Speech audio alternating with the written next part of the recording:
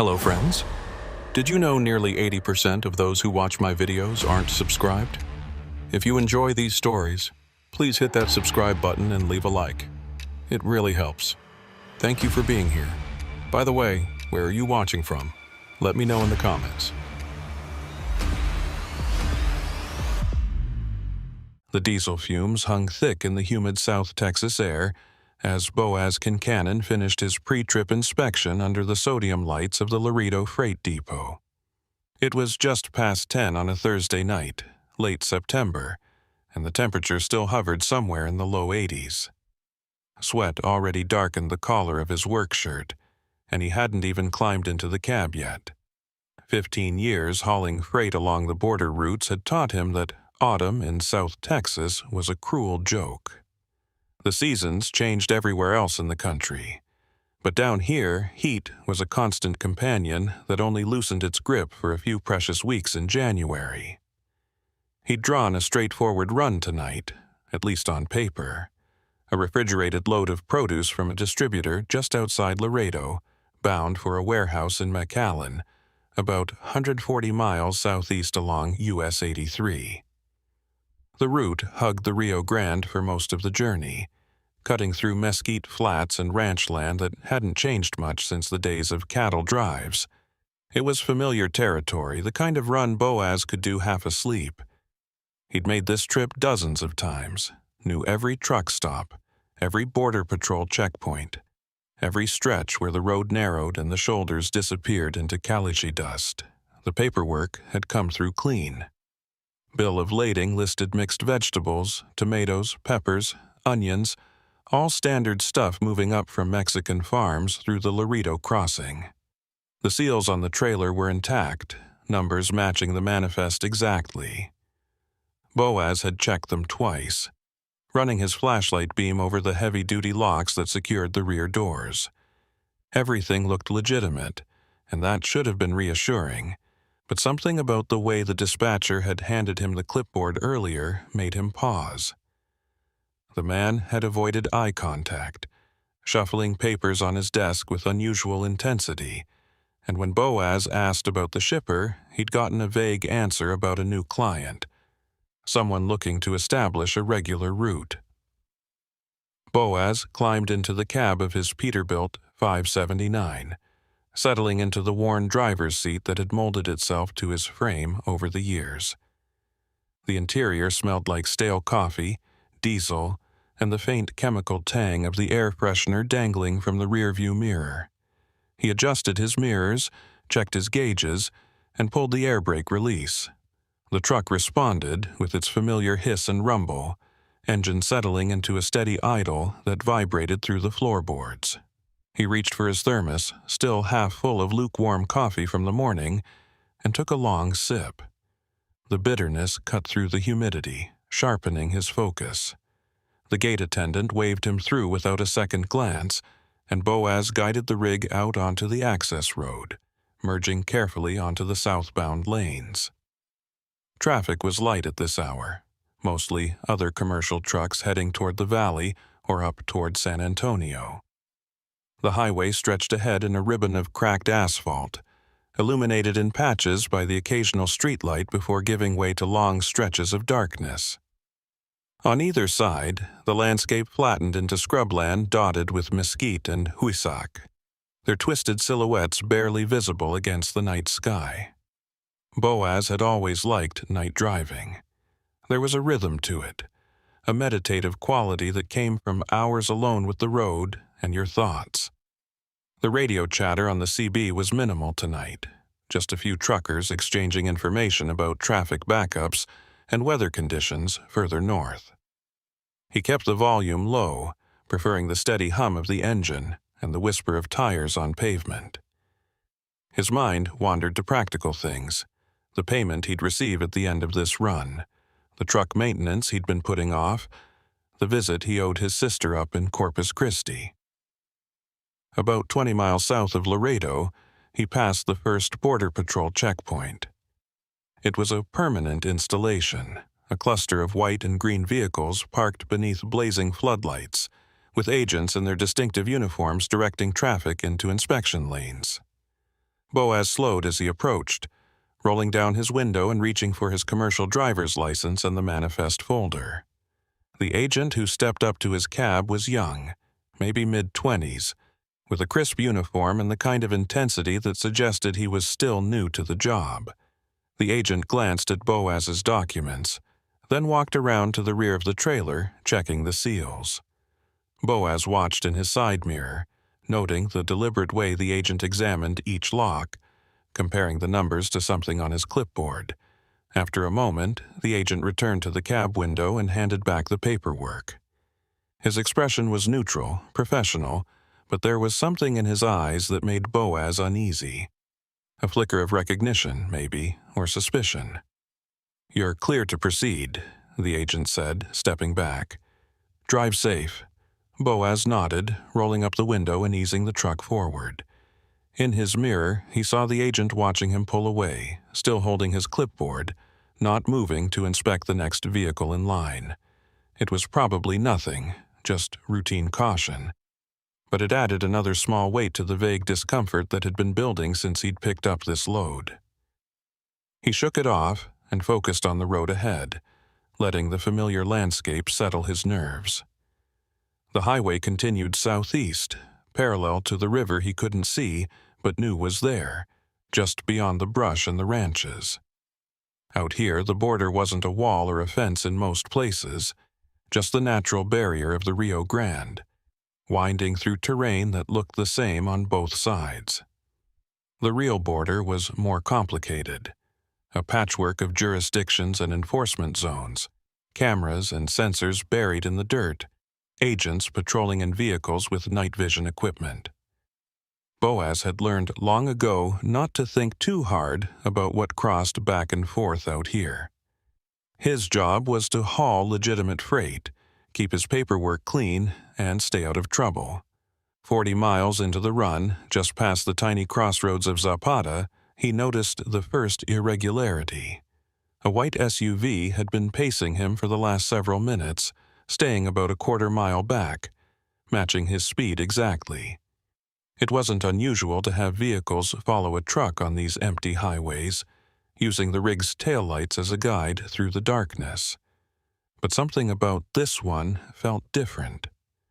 The headlights were too bright, almost blinding in his mirrors, and the vehicle never varied its distance. When Boaz slowed to 60, it slowed. When he sped up to 70, it kept perfect pace. He tried changing lanes, drifting into the left lane for a few miles before moving back to the right. The SUV followed every maneuver, maintaining that same precise distance. Boaz felt his jaw tighten, muscles tensing across his shoulders. He reached for the CB mic, considering calling out to see if any other drivers had noticed the tail, but decided against it. Drawing attention to himself seemed like a bad idea, especially with a load he was already uncertain about. The white SUV stayed with him all the way through Zapata, past the reservoir that reflected moonlight in broken silver fragments, past the shuttered gas stations and darkened ranch houses. Boaz kept his eyes flicking between the road ahead and the mirrors, watching that unwavering set of headlights. His mind ran through possibilities. Law enforcement running surveillance, maybe, though they usually weren't this obvious. Or someone connected to the cargo, tracking the shipment. Neither option was comforting. Just south of Falcon Heights, the SUV suddenly accelerated, closing the distance rapidly.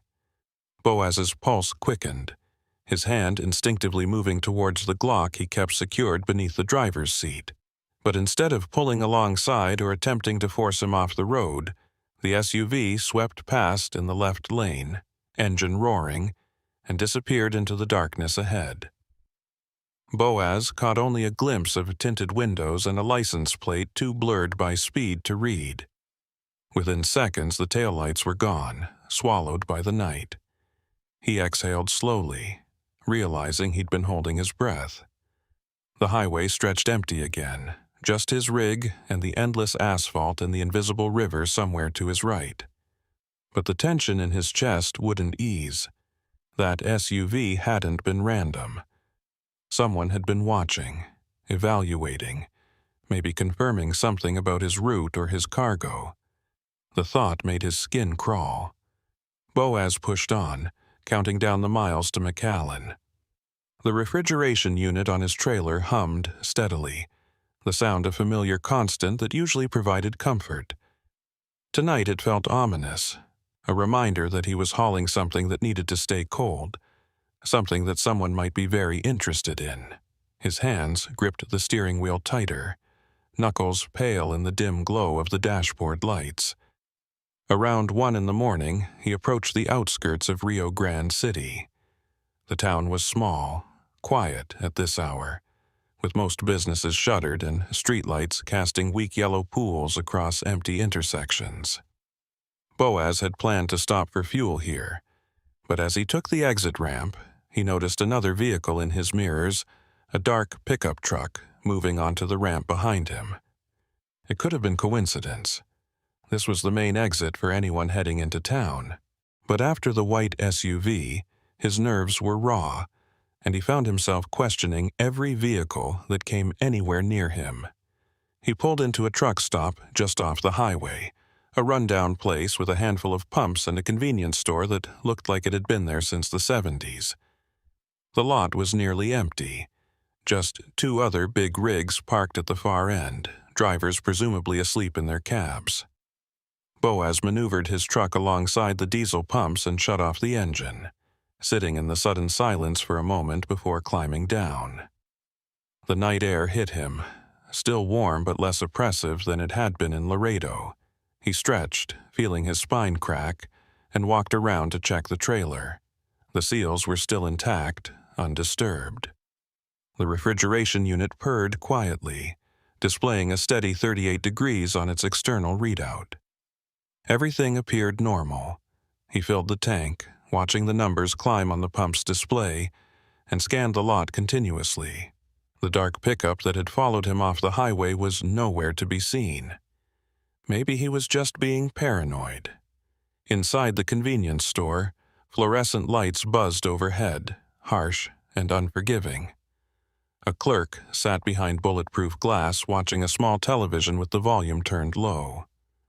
Boaz grabbed a bottle of water and a package of beef jerky, setting them on the counter and sliding a 20 through the slot. The clerk counted out change without making eye contact, clearly uninterested in conversation. Boaz was fine with that. He took his purchases and headed back outside. That's when he saw the man standing near his truck. The figure was positioned between 2 overhead lights, partially in shadow, watching Boaz's rig with an intensity that made every alarm in Boaz's head start screaming. The man was wearing jeans, a dark jacket despite the heat, and a baseball cap pulled low over his face. He wasn't doing anything overtly threatening, just standing there, hands in his pockets, but the deliberate stillness of his posture radiated menace. Boaz slowed his pace, adjusting his trajectory to pass closer to the convenience store entrance, keeping the man in his peripheral vision. As he moved, the man turned slightly, and Boaz caught a glimpse of his face beneath the cap's brim. Features weathered and hard, eyes that tracked Boaz's movement with predatory focus. Neither of them spoke. The moment stretched out, taut and dangerous, before the man finally turned and walked away, disappearing around the side of the building. Boaz didn't hesitate. He strode quickly to his truck, climbed into the cab, and locked the doors. His heart hammered against his ribs, adrenaline flooding his system. He started the engine and pulled out of the lot faster than was probably safe, tires crunching over loose gravel before hitting asphalt. In his mirrors, he saw no one following, but that didn't slow his pulse. The rest of the drive to McAllen passed in a blur of hypervigilance. Every pair of headlights that appeared behind him sent his anxiety spiking.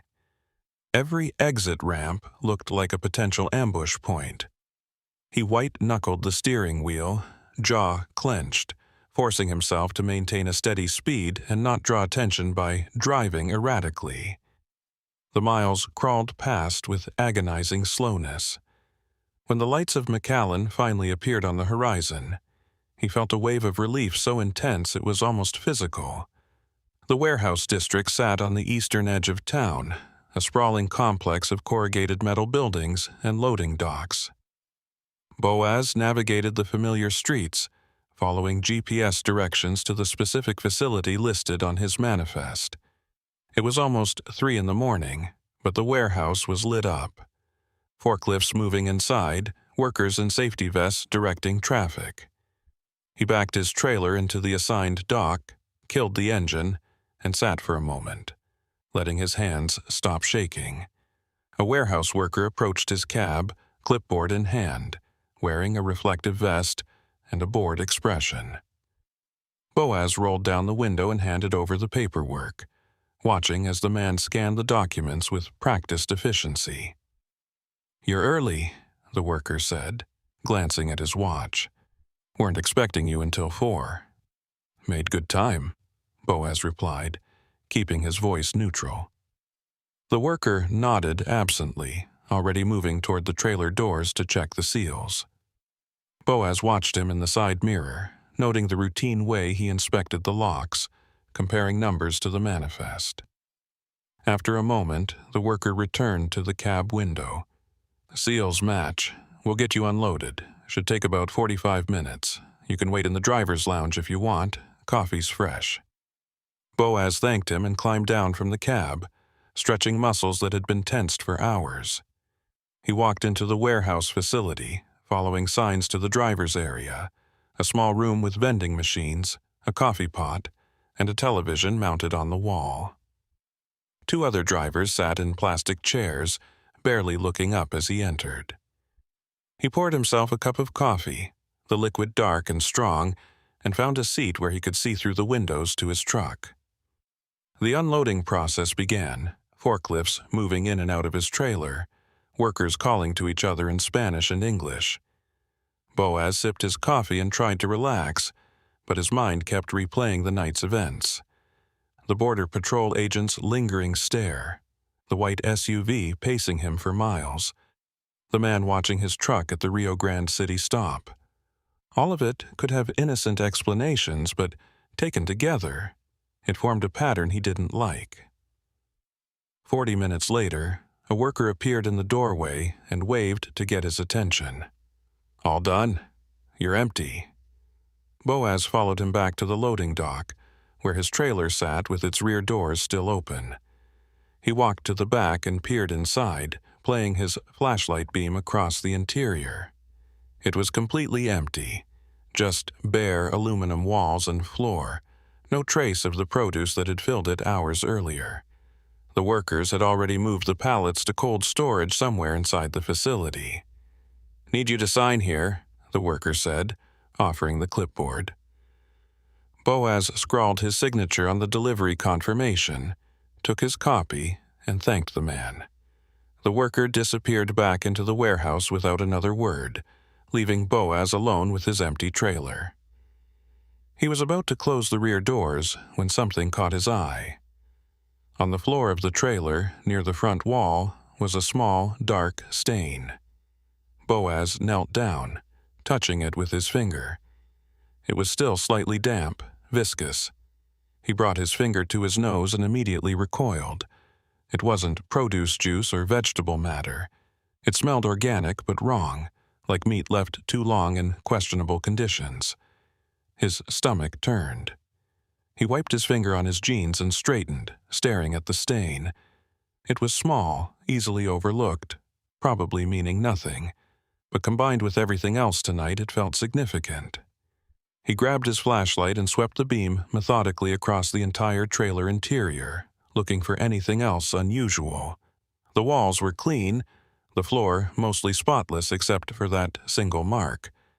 No other evidence of whatever had caused the stain.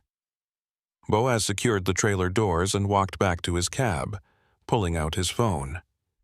He scrolled through his contacts, hesitating over the number for his dispatcher. He should report this, document the anomaly, cover himself if anything came back on him later. But something stopped him. The dispatcher's odd behavior when handing over this run, the vagueness about the shipper. calling attention to a problem might create more trouble than it solved. He sat in the cab, engine idling, trying to decide. Through the windshield, he could see the warehouse workers going about their business, loading other trucks, moving pallets, completely unconcerned with his presence. Everything looked normal. Maybe he was overthinking this. Maybe the stain was nothing. Spilled vegetable juice that had gone off, and he was letting paranoia get the better of him. Before he could make a decision, his phone buzzed with an incoming text. Unknown number. He opened it, heart rate accelerating before he even read the words. Good work tonight. Second run next Thursday, same route. Details to follow. Don't discuss with dispatch. Boaz stared at the screen, blood draining from his face. He hadn't given anyone his number except official contacts. Whoever sent this knew who he was, knew his route, knew he'd completed the delivery. He typed a quick reply. Who is this? The response came immediately. Someone who pays better than your current rate. Keep your phone on. Then, nothing.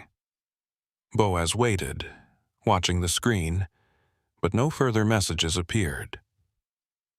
He looked around the parking lot, scanning for anyone watching him, any vehicle that didn't belong. Everything seemed normal, industrial, impersonal, but he felt exposed, vulnerable, like crosshairs were painted on his back. He put the truck in gear and pulled away from the warehouse, hands trembling slightly on the wheel. The empty trailer felt lighter, but the weight of this situation pressed down on him with crushing force. Someone had just recruited him, voluntold him, into something he hadn't agreed to, and walking away might not be an option. The drive back to Laredo should have been easier without the cargo, but Boaz felt more tense than ever. He kept his phone on the passenger seat, screen face up, waiting for another message that didn't come. Dawn was breaking as he crossed back through the Border Patrol checkpoint, the same installation he'd passed heading south. A different agent waved him through after a perfunctory glance at his paperwork, apparently unconcerned with an empty trailer heading north. Boaz made it back to the Laredo depot just before 7 in the morning, exhausted and wired on too much coffee. He parked his rig in the company lot and sat for a moment, staring at the dispatcher's office across the yard. He needed to decide what to do. Report the strange text and risk angering whoever sent it. Take the second run and see where this led, potentially deeper into trouble. Or refuse, quit, walk away from a career he'd built over 15 years. Before he could move, someone tapped on his window. Boaz jerked, hand instinctively reaching for the Glock before he recognized the face outside. It was Foster Llewellyn, a Border Patrol agent he'd encountered a few times over the years at various checkpoints. Llewellyn was in his early 40s, with graying hair and the weathered look of someone who'd spent too many years under the South Texas sun. He wasn't in uniform, just jeans and a polo shirt, which immediately set off alarm bells. Boaz rolled down the window. Agent Llewellyn, what brings you here? Llewellyn smiled, but it didn't reach his eyes. Just Foster today. I'm off duty. Mind if we talk? Won't take long. Everything in Boaz's gut screamed that this was a bad idea, but refusing would raise more suspicion. He unlocked the passenger door, and Llewellyn climbed in, settling into the seat with the casual ease of someone who'd spent plenty of time in truck cabs. Hell of a night? Llewellyn asked, glancing at Boaz's face. You look like you've been through it. Just a long run. What's this about, Foster?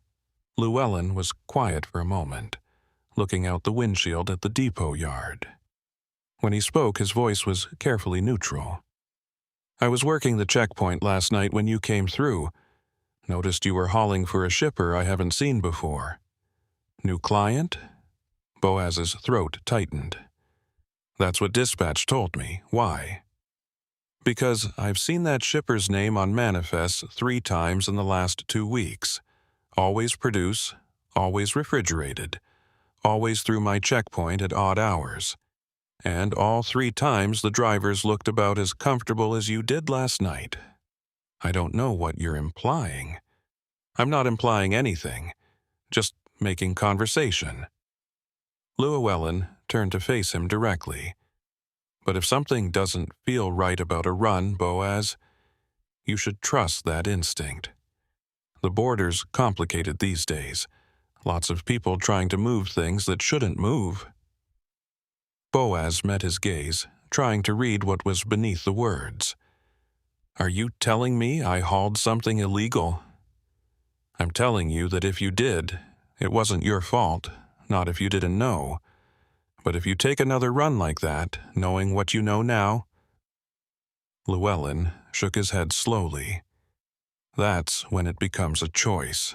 I got a text after the delivery, someone offering me another run. Llewellyn's expression didn't change, but something flickered in his eyes. Did you respond? Asked who it was. They didn't answer directly. Good. Don't respond again. Don't take the run. And if they pressure you, call me. Llewellyn pulled a business card from his wallet, setting it on the dashboard. Personal cell is on the back. Boaz picked up the card, turning it over in his fingers. Why are you helping me? Because I've been doing this job long enough to know the difference between criminals and decent people who get caught in bad situations. You're the latter, but that protection only lasts if you make the right choice from here. Llewellyn opened the passenger door, stepping down from the cab. He paused, one hand on the door frame. One more thing, if anyone else approaches you about this, someone who isn't law enforcement, be very careful. These operations don't like loose ends. With that, Llewellyn closed the door and walked away, leaving Boaz alone with his thoughts and a business card that felt like both a lifeline and a ticking bomb. Boaz didn't go home after Foster Llewellyn walked away. Instead, he sat in his truck for another 20 minutes, staring at the business card on the dashboard while the morning sun climbed higher and heated the cab to an uncomfortable degree. The depot yard came alive around him, mechanics arriving for their shifts, other drivers pulling in and out. The familiar choreography of a working freight operation. Everything looked normal, routine, the same dance he'd been part of for 15 years. But nothing felt normal anymore. He finally climbed out and headed toward the dispatch office, a squat cinder-block building with narrow windows and an air conditioning unit that rattled loud enough to hear from across the parking lot. Inside, the office smelled like burnt coffee and printer toner.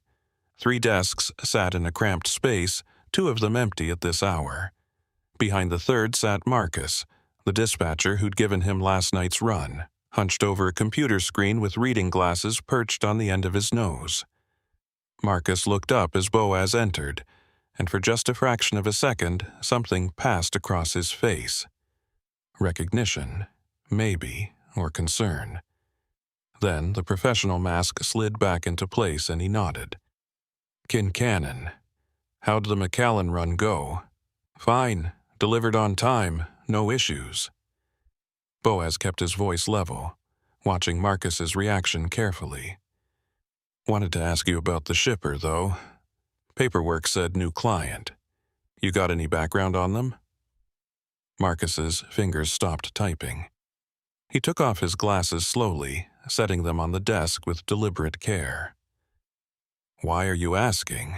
Just curious. 15 years on these routes, I know most of the regular shippers. This one's new to me. New to all of us, Marcus said, leaning back in his chair.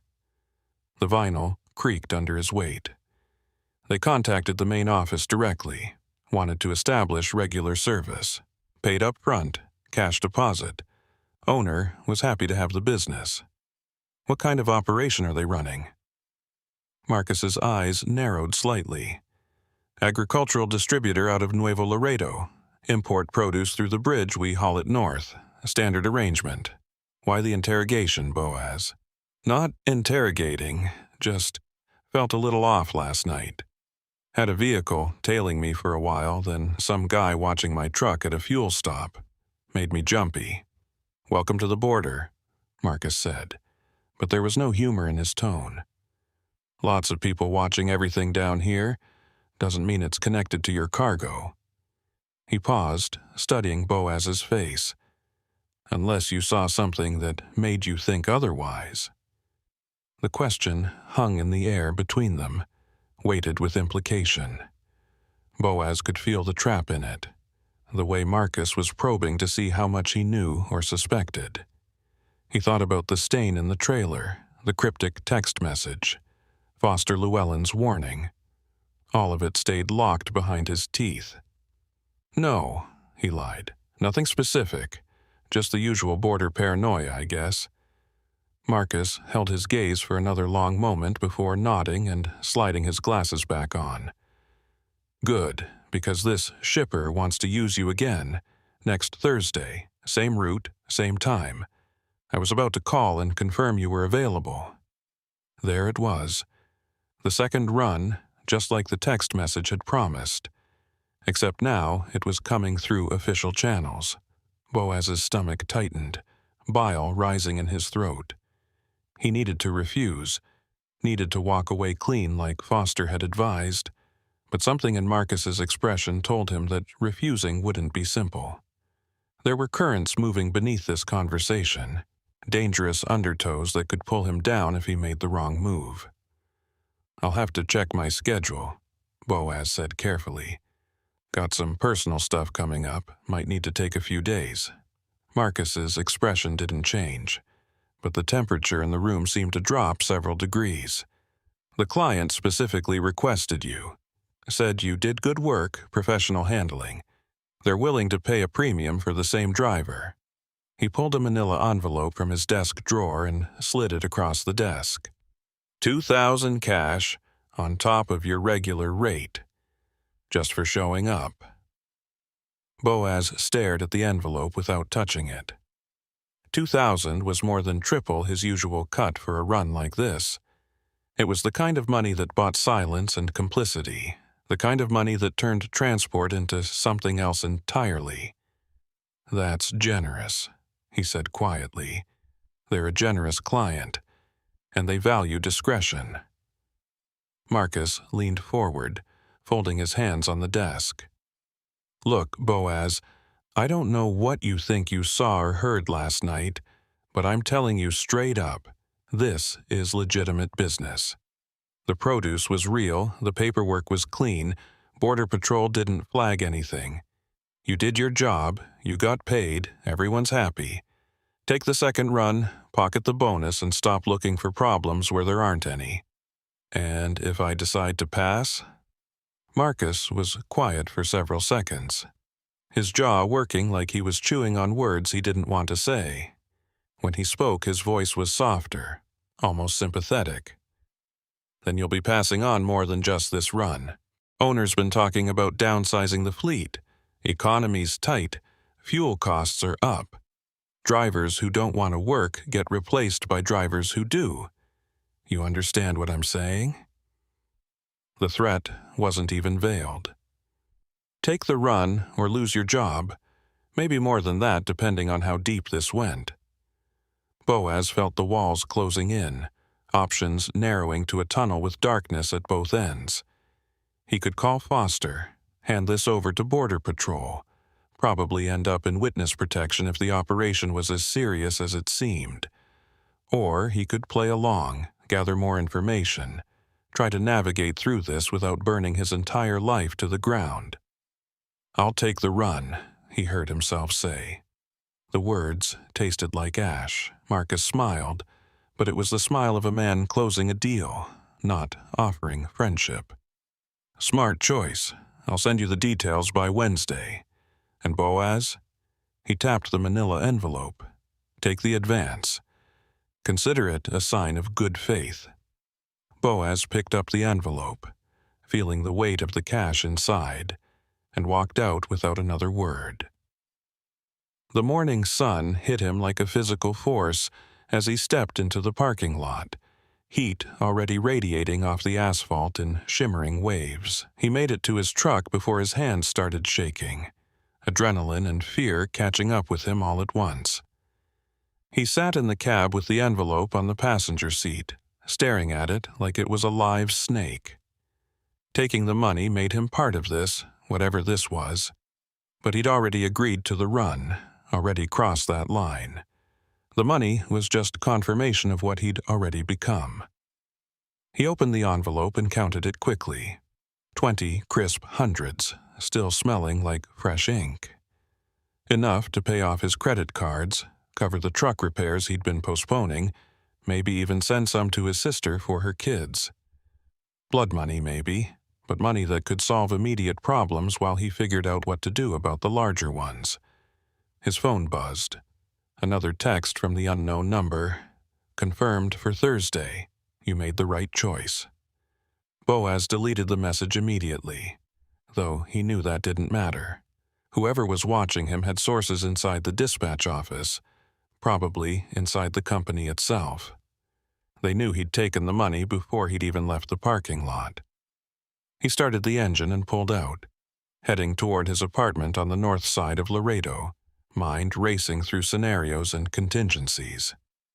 The apartment was a one-bedroom unit in a complex that had seen better decades, with walls thin enough to hear neighbors arguing and plumbing that groaned every time someone flushed a toilet. But it was cheap, close to the depot, and after years on the road, Boaz didn't need much. He unlocked the door and stepped into air that was hot and stale, windows closed and curtains drawn the way he'd left them 2 days ago before starting his last run. He dropped the envelope on the kitchen counter and grabbed a beer from the refrigerator, draining half of it in one long pull. The cold liquid cut through the exhaustion and fear, centering him enough to think clearly. He needed information, needed to understand what he was actually hauling before Thursday's run. The manifest had said produce, and he'd seen pallets of vegetables when the warehouse crew unloaded. But that stain in the trailer suggested something else had been in there, something organic and wrong. Boaz pulled out his laptop and opened a browser searching for the shipper's name from the manifest. The company was listed as Valle Verde Agricultural Distributors, with an address in Nuevo Laredo and a sparse website showing stock photos of produce and generic text about farm-to-table distribution. No names, no faces, no real information. The domain registration was hidden behind a privacy service. The business license checked out through Mexican records, but that didn't mean much. Plenty of legitimate-looking fronts existed on both sides of the border. He tried searching for news about agricultural busts or border patrol seizures in the Laredo sector over the past month, scrolling through local news sites and law enforcement bulletins. Nothing jumped out, just the usual flow of drug interdictions and human smuggling arrests that were constant background noise along the border. Whatever operation Valle Verde was running, it hadn't made headlines yet. That could mean it was small, careful, or too well protected to draw attention. His phone rang, startling him badly enough that he nearly dropped the beer. Unknown number, different from the texts. He considered not answering, then realized avoiding contact was pointless now. He swiped to accept. "This is Boaz." "Mr. Kincannon, my name is Lucretia Vane. I represent the client you drove for last night." The voice was female, smooth and professional, with an accent he couldn't quite place. Educated, expensive. "I wanted to personally thank you for the excellent service and confirm arrangements for Thursday." "Who are you?" Boaz asked, keeping his voice steady despite the fresh spike of adrenaline. "I'm what you might call a facilitator. I ensure smooth operations for various business interests along the border. Your dispatcher mentioned you had some concerns about last night's run. I wanted to address those directly and assure you that everything was entirely legitimate." "Then why are you calling me instead of letting dispatch handle it?" Lucretia Vane laughed softly. "Because I prefer direct communication with the people I work with." It eliminates confusion and builds trust. You strike me as someone who values straight talk, so here it is. My clients move time-sensitive agricultural products across the border. The timing is crucial, the routes are specific, and discretion is essential because competitors would love to disrupt our supply chain. What you hauled last night was exactly what the manifest said. Produce. Nothing more, nothing less. Then why did someone follow me? Security, she said without hesitation. We protect our investments. The vehicle you noticed was contracted security making sure the shipment reached its destination safely. If they made you uncomfortable, I apologize. That wasn't the intention. It was a smooth explanation, delivered with perfect confidence. If Boaz hadn't seen the stain, hadn't received the cryptic texts, hadn't talked to Foster, he might have even believed it. But he had, and the pieces didn't fit the picture she was painting. What about the bonus? He asked. $2,000 cash for a routine produce run seems excessive. It's an investment in reliability. Good drivers are hard to find, Mr. Kincannon. Drivers who show up on time, handle cargo properly, and don't ask uncomfortable questions are even rarer. We're willing to pay premium rates to secure that kind of service on a regular basis. She paused, and when she continued, her tone had shifted slightly. Still professional, but with an edge underneath. Of course, we also compensate people who prove they can't be relied upon, though that compensation is considerably less pleasant. There it was, the velvet glove stripped away to show the iron fist beneath. Boaz felt his jaw clench, anger mixing with fear in a toxic cocktail that made his pulse hammer in his temples. Are you threatening me? I'm clarifying expectations, Lucretia said calmly. You've been brought into a very efficient operation, Mr. Kincannon. Efficiency requires everyone to understand their role and perform it without complications. Your role is simple. Drive the routes you're given, deliver the cargo intact, and maintain complete discretion. Do that, and you'll be compensated generously. Deviate from that, and there will be consequences. Not threats, just facts. And if I walk away, then you'd be walking away from your livelihood, your reputation, and possibly your health, depending on how much you choose to say to the wrong people. But I don't think you'll walk away. You've already taken the money, already agreed to Thursday's run. You're a practical man who understands that sometimes we find ourselves in situations that aren't ideal, but are manageable if we're smart about it. Her voice softened again, becoming almost sympathetic. This doesn't have to be difficult, Boaz. May I call you Boaz? Just do the work, take the money, and life continues normally. Everyone wins. Except I don't know what I'm actually hauling. You're hauling produce, Lucretia said firmly. And that's all you need to know. The less you understand about the broader operation, the safer you are. Ignorance is a shield, Boaz. Don't throw it away by digging into matters that don't concern you. The line went dead before he could respond. Boaz sat staring at his phone, mind reeling. Lucretia Vane had just laid out the reality of his situation with perfect clarity. He was trapped, bought and paid for, with the promise of violence hanging over any attempt to escape. She was right about one thing.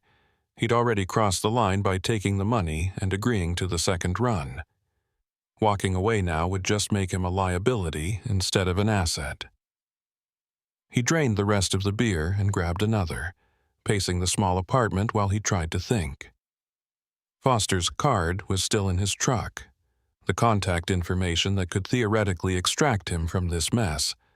But using it meant becoming an informant, wearing a wire, probably testifying if anything went to trial. It meant the end of his career as a trucker, relocation if the operation was connected to cartels, and a permanent target on his back if anything went wrong.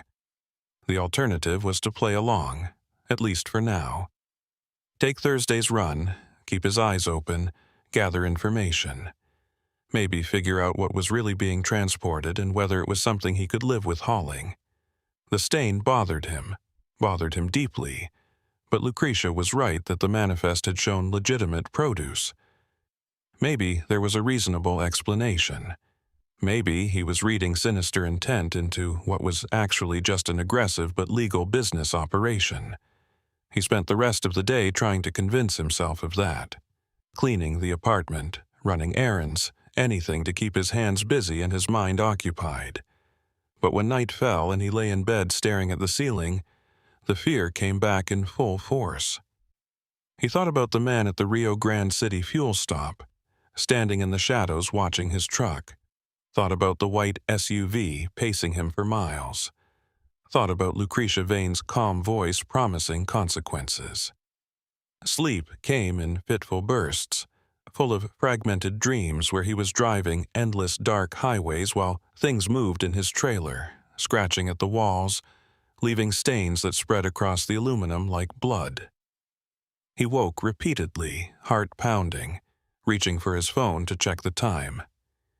Each time, the hours had barely moved, time crawling toward Thursday with agonizing slowness. Tuesday morning arrived gray and humid, with heavy clouds promising rain that wouldn't come. Boaz forced himself through a normal routine: shower, coffee, checking his truck for maintenance issues. He drove to a mechanic shop he trusted on the east side of town and had them go over the entire rig, changing oil, checking brakes, inspecting the refrigeration unit on the trailer. While they worked, he sat in the waiting area pretending to read a magazine, actually watching the street for any sign of surveillance. No white SUVs appeared, no dark pickups. No one seemed to be paying him any attention at all, which somehow made him more nervous. If Lucretia's organization was as professional as she presented, their watchers wouldn't be obvious. They'd blend into the background, just another face in the lunch crowd at the taco stand across the street. Just another vehicle in traffic. The mechanic gave him a clean bill of health on the truck, and Boaz paid cash, getting a receipt for his records. Normal procedure, normal day. He drove back toward his apartment, taking a deliberately circuitous route, watching his mirrors constantly. Still no tail that he could identify. Either they weren't watching, or they were good enough that he couldn't spot them. Neither option was comforting. Wednesday brought a text from Marcus with the details for Thursday's run. Same pickup location in Laredo, same destination in McAllen, departure time of 10 p.m. The manifest would be waiting at the depot when he arrived. Simple, straightforward, exactly like the first run. Boaz acknowledged the message with a terse "confirmed" and spent the rest of the day in a state of mounting anxiety. He tried calling his sister in Corpus Christi wanting to hear a familiar voice, but got her voicemail and couldn't figure out what message to leave.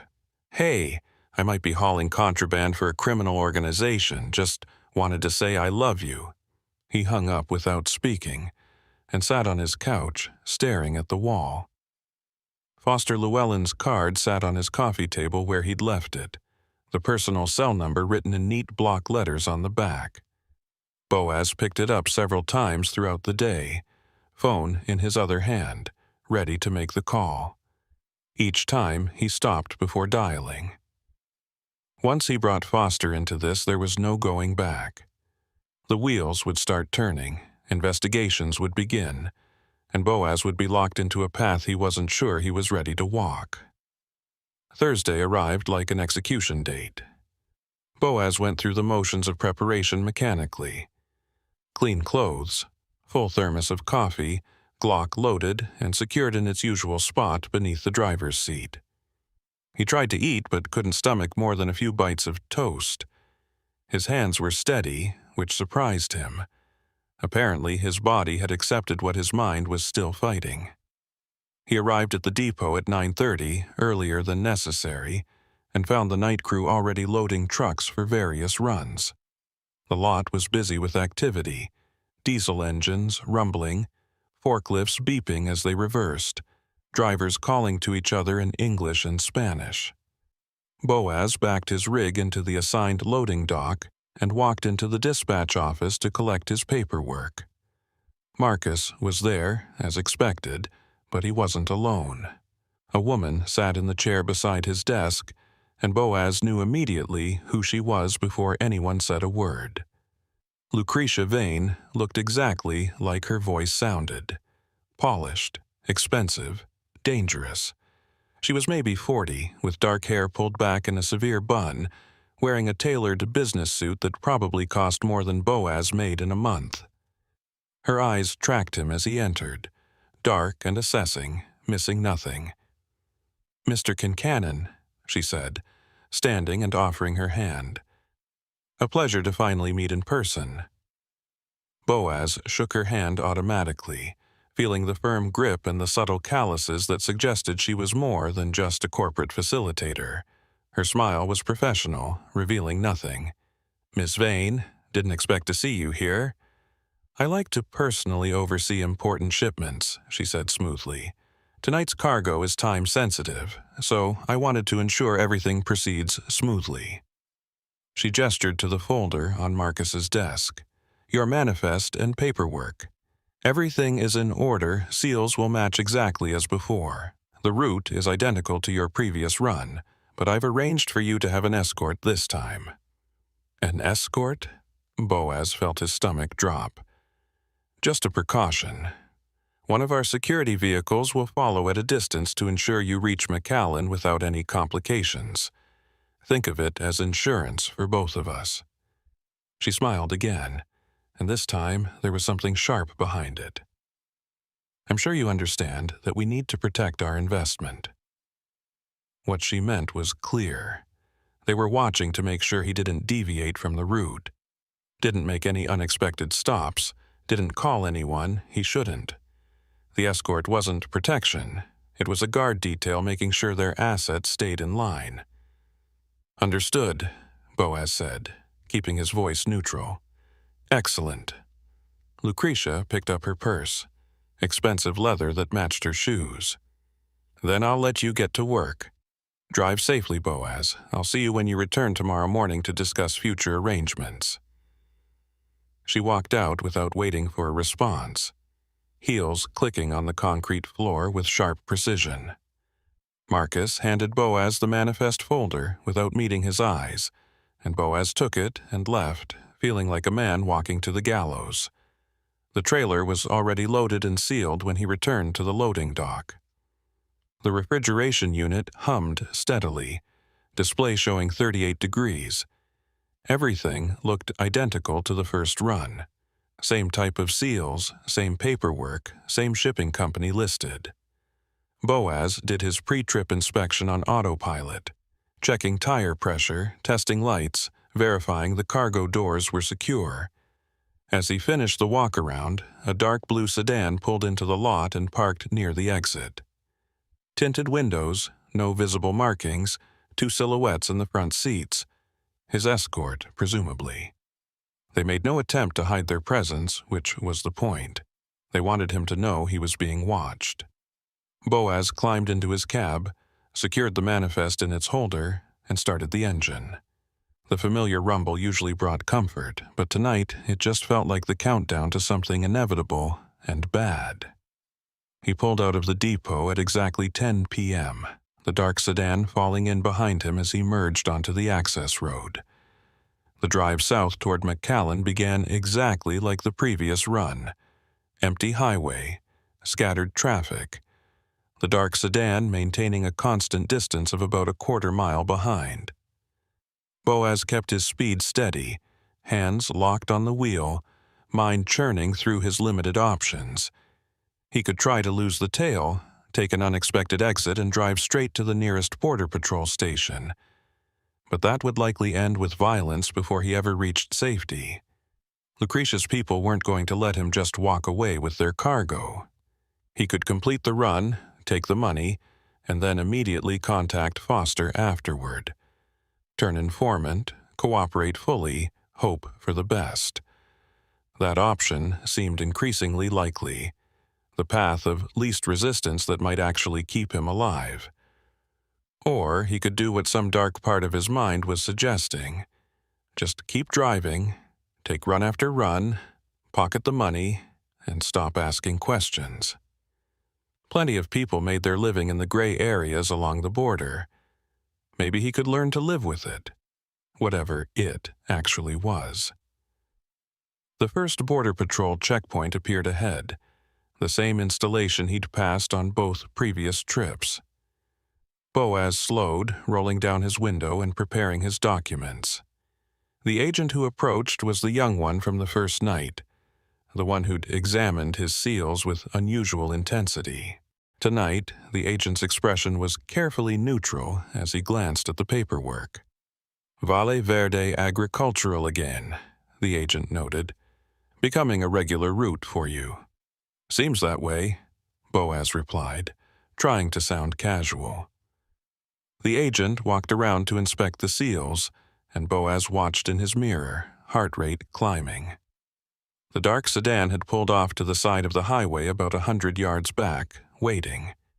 If the agent found anything wrong, if he decided to do a full inspection, things could escalate very quickly.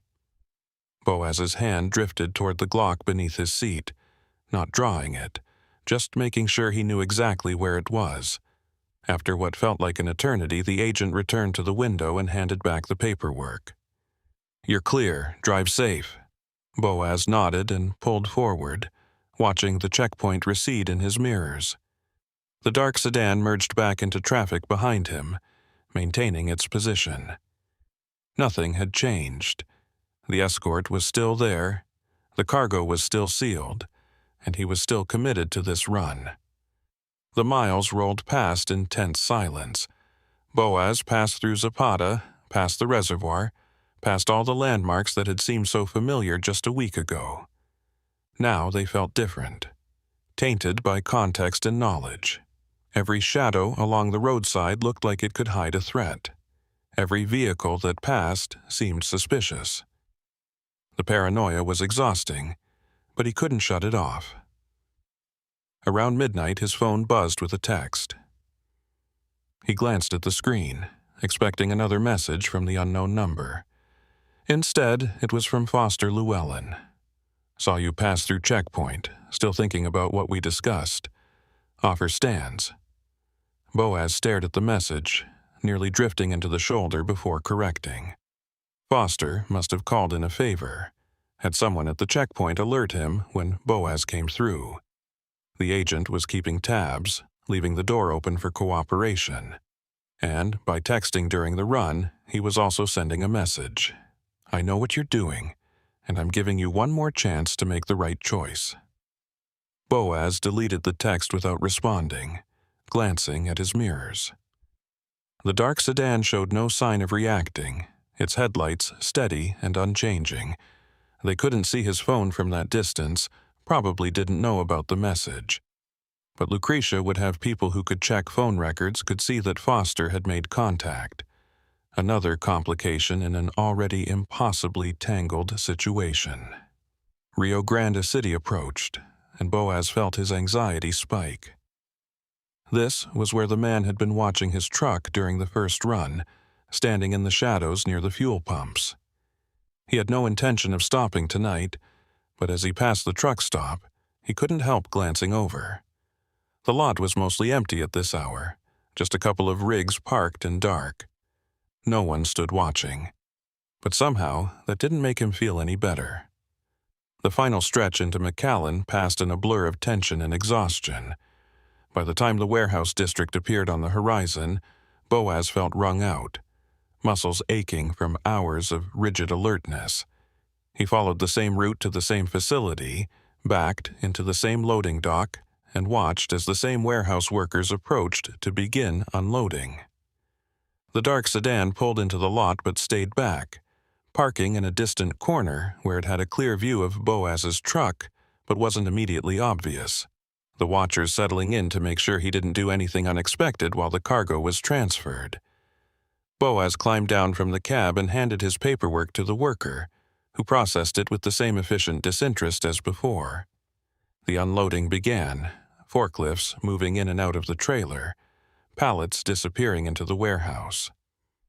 Boaz stood outside in the humid night air, watching the process and trying to see what was actually being moved. From his vantage point, the pallets looked like they contained produce, wrapped in plastic and stacked neatly. Nothing obviously wrong, but he remembered the stain from the first run, and his eyes scanned the trailer floor as the workers emptied it. Near the front wall, just barely visible in the harsh work lights, was another small, dark mark. Same location, same size, same suspicious appearance.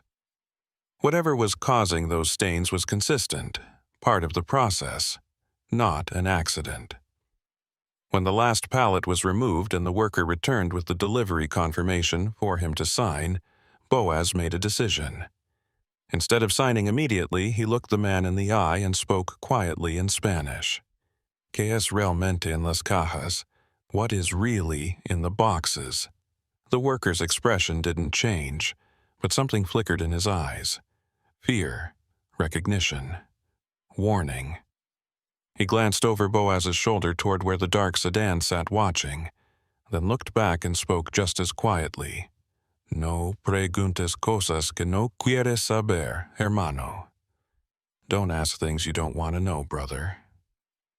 He held out the clipboard more insistently, and Boaz signed the form, watching as the worker walked away quickly, disappearing back into the warehouse without another word. The message was clear. Everyone in this operation knew to keep their mouths shut and their eyes down. Asking questions was dangerous for everyone involved. Boaz closed and secured the trailer doors, checking them twice out of habit, then climbed back into his cab. The dark sedan's engine started as he fired up his own, ready to escort him back to Laredo. As he pulled out of the warehouse lot, his phone buzzed again. Lucretia Vane. Excellent work tonight. Return to depot for payment. We'll discuss the next schedule in the morning. Boaz didn't respond, just pocketed the phone and focused on driving. The return trip passed in exhausted silence, his mind too tired to process everything that had happened. The dark sedan followed him all the way back to Laredo, peeling off only when he pulled into the depot lot. By the time he parked and shut down the engine, dawn was breaking, painting the eastern sky in shades of orange and red that looked like warnings.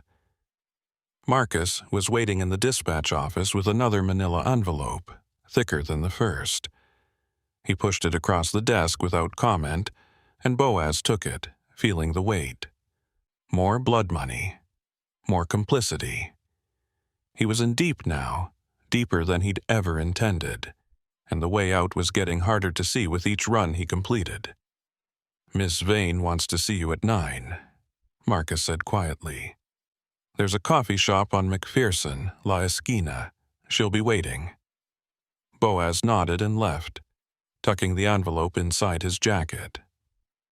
He sat in his truck for a long time, watching the depot come alive with the day shift, normal people doing normal work while he sat there knowing he'd crossed a line that couldn't be uncrossed. Foster's card was still in his glove box. Lucretia's next meeting was in 3 hours, and somewhere in his trailer, invisible to inspections and manifests, something was leaving stains that smelled like death.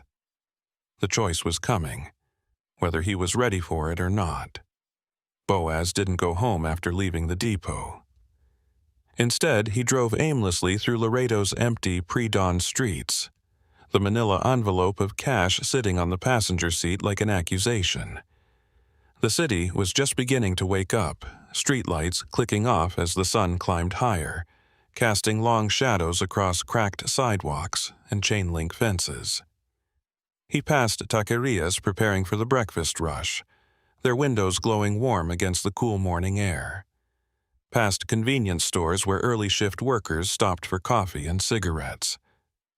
Normal people living normal lives, completely unaware that they were sharing the road with someone who'd just become complicit in something he still couldn't fully name. He found himself on San Bernardo Avenue, heading toward the river, then turned north before reaching the International Bridge. The downtown area was quiet at this hour, historic buildings standing silent and dignified in the growing light. Boaz had always liked this part of Laredo, the old architecture that spoke to the city's complicated history, layers of Mexican and American influence blended together in ways that couldn't be separated cleanly. Now it all felt tainted by what he knew, or suspected, about the cargo he was hauling through these streets. At a red light near Jarvis Plaza, he finally opened the envelope and counted the money. $4,000 in hundreds, twice what Lucretia had promised for the run itself. Payment for compliance, for silence, for becoming the kind of driver who didn't ask questions even when he found stains that smelled like decay in his trailer. He tucked the bills back into the envelope and shoved it into the glove compartment, next to Foster Llewellyn's business card. Two different paths, sitting side by side, waiting for him to choose. The meeting with Lucretia was in 3 hours, but Boaz knew he wouldn't sleep even if he tried. Exhaustion pulled at his bones, made his eyes burn and his thoughts slow. But adrenaline and fear kept him wired, nerves singing with tension that wouldn't release. He stopped at a gas station and bought a large coffee, drinking it too fast and burning his tongue. Then bought another and forced himself to sip it slowly while he sat in the parking lot and watched traffic build on the highway. His phone buzzed with a text from his sister. "Haven't heard from you in a while. Everything okay?"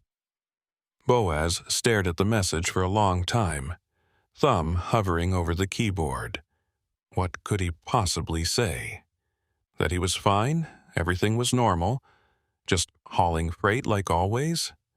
That would be a lie, and his sister had always been good at detecting his lies even over text. That he'd gotten himself into serious trouble and didn't know how to get out? That would just worry her, drag her into something she couldn't help with and didn't deserve to know about. He finally typed, "All good. Been busy with work. Will call you this weekend. Love you." Another lie, adding to the pile that was growing taller with each hour. He sent it before he could reconsider and watched the message change to delivered, then read. 3 dots appeared, his sister typing a response, then disappeared. Appeared again. Finally, a simple reply, "Okay, be safe out there." If she only knew how far he was from safe. Boaz drove to his apartment and forced himself to shower and change clothes, going through the motions mechanically while his mind churned. The hot water helped marginally, washing away the sweat and diesel smell, but doing nothing for the anxiety coiled in his gut. He dressed in clean jeans and a button-down shirt, something between casual and professional, appropriate for a meeting he definitely didn't want to have. At 8:30, he headed toward McPherson Street, driving slowly through morning traffic and watching his mirrors compulsively. No dark sedans followed him, at least none that he could identify. La Esquina turned out to be a small coffee shop, tucked between a panaderia and a cell phone store, with outdoor seating under a faded awning and hand-painted signs advertising Café de Oa and Pan Dulce. The kind of place that had probably been there for decades, serving the neighborhood long before Starbucks ever considered expanding into South Texas.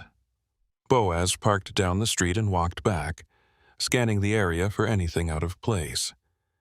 A few customers sat at the outdoor tables, older men reading newspapers and sipping coffee, a young mother with 2 small children sharing a pastry. Normal morning scene. Nothing threatening. But Lucretia's presence would change that calculation instantly.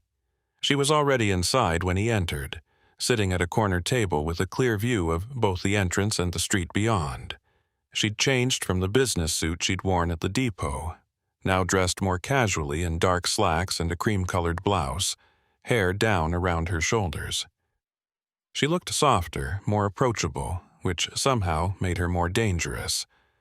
The smile she gave him as he approached was warm, almost friendly. "Boaz, thank you for coming. Please sit. She gestured to the chair across from her. Can I get you something? The coffee here is excellent, and the conchas are the best in Laredo. Coffee's fine, Boaz said, settling into the chair cautiously. His back was to the room, which made him uncomfortable, but repositioning would seem paranoid. He was already at a disadvantage. Lucretia signaled to the woman behind the counter, who brought over a steaming cup of coffee without being asked. Clearly, Lucretia was a regular here, known and comfortable.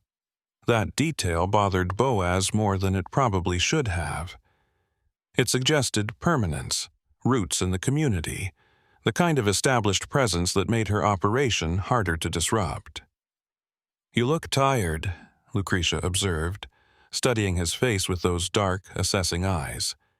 The run's taking a toll? I'm fine. What did you want to discuss? She laughed softly, stirring sugar into her own coffee with a small spoon. Direct. I appreciate that. Let's talk about your future, Boaz.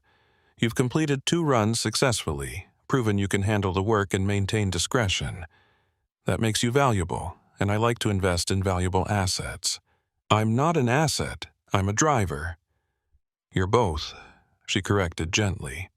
And the sooner you accept that, the easier this arrangement will become. I'm offering you a permanent position in our distribution network.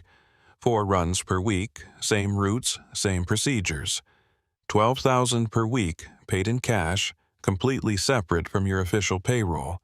That's over $600,000 per year, Boaz, tax-free. The number hit him like a physical blow. $600,000 was more money than he'd made in the last 5 years combined, more than he'd ever imagined earning as a truck driver. It was life-changing money, the kind of money that could pay off every debt, buy a house, set up his sister's kids for college. It was also the kind of money that bought absolute loyalty and silence, that turned a man into something he'd never intended to become. What exactly am I hauling? He asked quietly. Lucretia sipped her coffee, taking her time before answering. When she spoke, her voice was measured, careful. You're hauling agricultural products exactly as the manifests state. But those products are packaged in ways that maximize efficiency and minimize waste. Some of our clients have specific requirements for how their goods are transported and stored. We accommodate those requirements. It was the same non-answer she'd given before, dressed up in different words. Boaz felt frustration rising, mixing with the fear. The stains in my trailer, what causes them? Condensation from the refrigeration system, combined with organic material breaking down during transport. Produce spoils, Boaz. Even with proper temperature control, some degradation occurs. That's why timing is so crucial. She leaned forward slightly, expression serious. But I think you're asking the wrong questions. What you should be asking is whether you can live with not knowing every detail, whether the compensation is worth accepting certain ambiguities. And if I can't live with that? Lucretia's expression didn't change, but something cold flickered behind her eyes.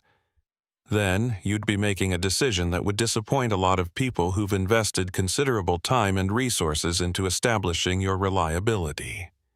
Disappointed people make poor decisions, Boaz. They act rashly, eliminate problems instead of managing them. I'd hate to see you become a problem that needs eliminating. There it was again. The threat delivered with perfect calm, wrapped in professional courtesy. Boaz felt his jaw clench, muscles tightening across his shoulders. You can't just threaten to kill everyone who won't cooperate with you. I'm not threatening to kill you, Lucretia said, sounding almost offended. I'm explaining consequences. There's a difference. If you walk away from this arrangement quietly, take your money and keep your mouth shut, you'll live a long and prosperous life. We'll find another driver, you'll find other work, everyone moves on. But if you make noise, if you bring law enforcement or media attention, if you become a liability instead of an asset, then yes, there will be consequences. Not because we're violent people, but because we're practical ones who protect our interests. She pulled a small leather notebook from her purse and slid it across the table. Boaz opened it reluctantly and found himself looking at photographs. His apartment building, his sister's house in Corpus Christi, his niece and nephew playing in their front yard. Each image was date-stamped from within the last week. His blood ran cold. "You followed my family?" "We did our due diligence," Lucretia said calmly. "Standard procedure for anyone we bring into the organization. We need to understand who you are, what matters to you, what motivates you. Your sister Teresa is a teacher, 2 children, divorced 3 years ago. She struggles financially but refuses to ask for help. You send her money when you can, usually around the holidays. You're a good brother, Boaz. That's admirable." Boaz closed the notebook with shaking hands, fury and terror warring in his chest. "Leave them out of this. They're already out of it. As long as you make smart choices. We have no interest in hurting innocent people. But we need assurances that you understand the full scope of this arrangement. It's not just about you anymore. Your decisions affect everyone connected to you." She took the notebook back and returned it to her purse. "I don't enjoy these tactics, for what it's worth. I prefer positive motivation, generous compensation, mutual benefit. But I've learned that clarity prevents misunderstandings, and misunderstandings get people killed." Boaz forced himself to breathe slowly, trying to calm the panic threatening to overwhelm him. Lucretia had just shown him exactly how trapped he was, how thoroughly they'd researched him, how far their reach extended. Fighting back wasn't just risking himself anymore, it was risking Teresa and her kids, innocent people who had nothing to do with his poor decisions. "What do you want from me?"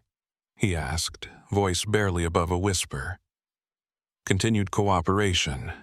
4 runs per week, starting next Monday. We'll vary the routes slightly to avoid establishing predictable patterns, but the procedures remain the same. Pick up sealed cargo, deliver to specified locations, maintain complete discretion. In return, you receive weekly payment and the peace of mind that comes from knowing your family is safe and your future is secure." She paused, letting that sink in. "This doesn't have to be unpleasant, Boaz. Many of our drivers have worked with us for years. They've bought homes, started businesses, built comfortable lives. The work becomes routine, the moral questions fade, and the money keeps coming. You can have that too, if you're smart enough to accept it." "And if I'm not?" Lucretia sighed, something almost like genuine regret crossing her face. "Then, we'll be forced to make other arrangements and you'll be replaced by someone with fewer scruples and more desperate circumstances. The operation continues regardless. The only variable is whether you're part of it or part of the cleanup." She stood, leaving a $20 bill on the table to cover both coffees. "You have until Monday to decide. If you show up at the depot for the next run, I'll take that as acceptance of the terms we've discussed. If you don't show up, I'll take that as resignation from both this arrangement and your official employment.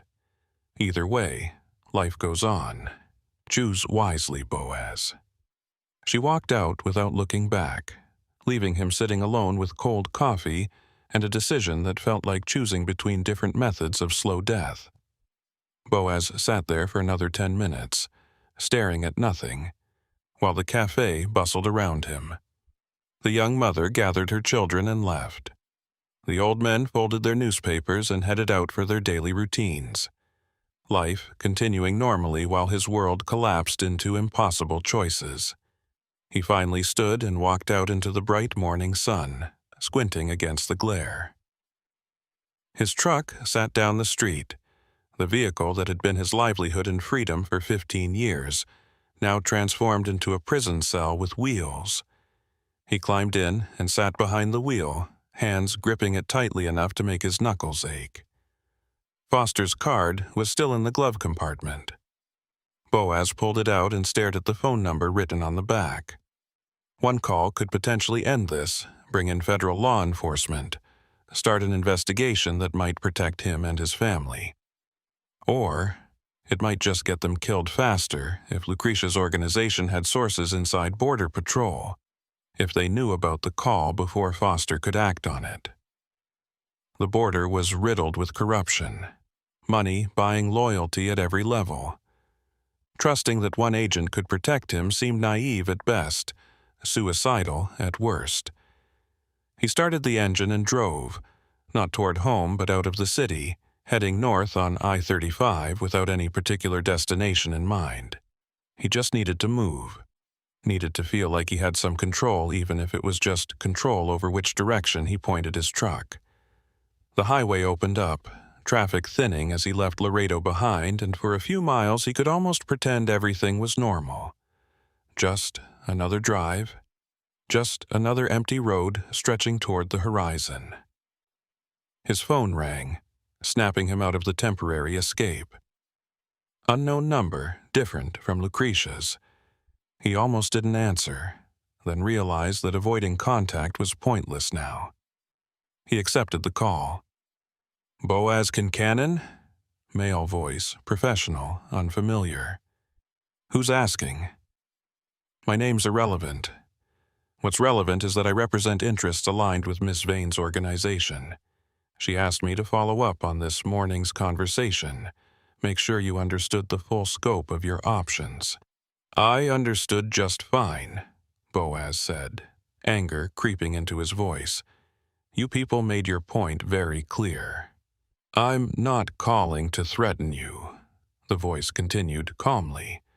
I'm calling to offer perspective. You're thinking about this situation as a trap, something you need to escape from. That's understandable, but incorrect. What you're actually looking at is an opportunity that most people would kill for. Literally, in some cases. $600,000 per year for work you're already qualified to do, work that poses minimal risk if you follow instructions. Do you understand how rare that is? Do you understand that I don't know what I'm actually hauling? That I could be transporting anything from drugs to weapons to human beings? You're transporting produce, the voice said firmly. That's what the manifests state. That's what inspections have confirmed. That's what reality is. Everything else is speculation and paranoia. The only question is whether you can accept that reality and move forward, or whether you're going to let fear destroy a lucrative opportunity. Boaz laughed bitterly. You sound like a recruiter trying to fill a quota. I'm someone who's seen what happens when drivers make poor decisions. Some of them end up in federal custody, testifying against organizations that have very long memories and even longer reach. Some of them end up in accidents, tragic but explicable vehicle malfunctions on remote stretches of highway. And some of them simply disappear, leaving families to wonder and mourn. I'm trying to help you avoid all of those outcomes by making the smart choice. The smart choice being to shut up and drive. Exactly. You're a natural at this. The voice paused. Look, I know you're scared. That's appropriate. You should be scared because this is serious business with serious consequences. But fear should lead to caution, not paralysis. Be cautious. Follow protocols. Maintain discretion, and you'll be fine. Start making noise or trying to play hero and you won't be. It's that simple. What if I just quit? Take my money and leave town, start over somewhere else. Then you'd be leaving your sister and her children without your financial support, which would be unfortunate given their circumstances. You'd also be leaving with the knowledge that organizations like ours have connections everywhere, that geography doesn't provide safety when we decide someone needs to be found. The smart move is to stay, work, prosper. The dangerous move is to run. The line went dead before Boaz could respond. He threw the phone onto the passenger seat and pressed harder on the accelerator, pushing the truck up to 80 as the highway blurred past. Empty ranch land stretched on both sides, mesquite and cactus, and red dirt baking under the merciless Texas sun. He could keep driving north, toward San Antonio, toward Austin, toward anywhere that wasn't Laredo. But what would that accomplish?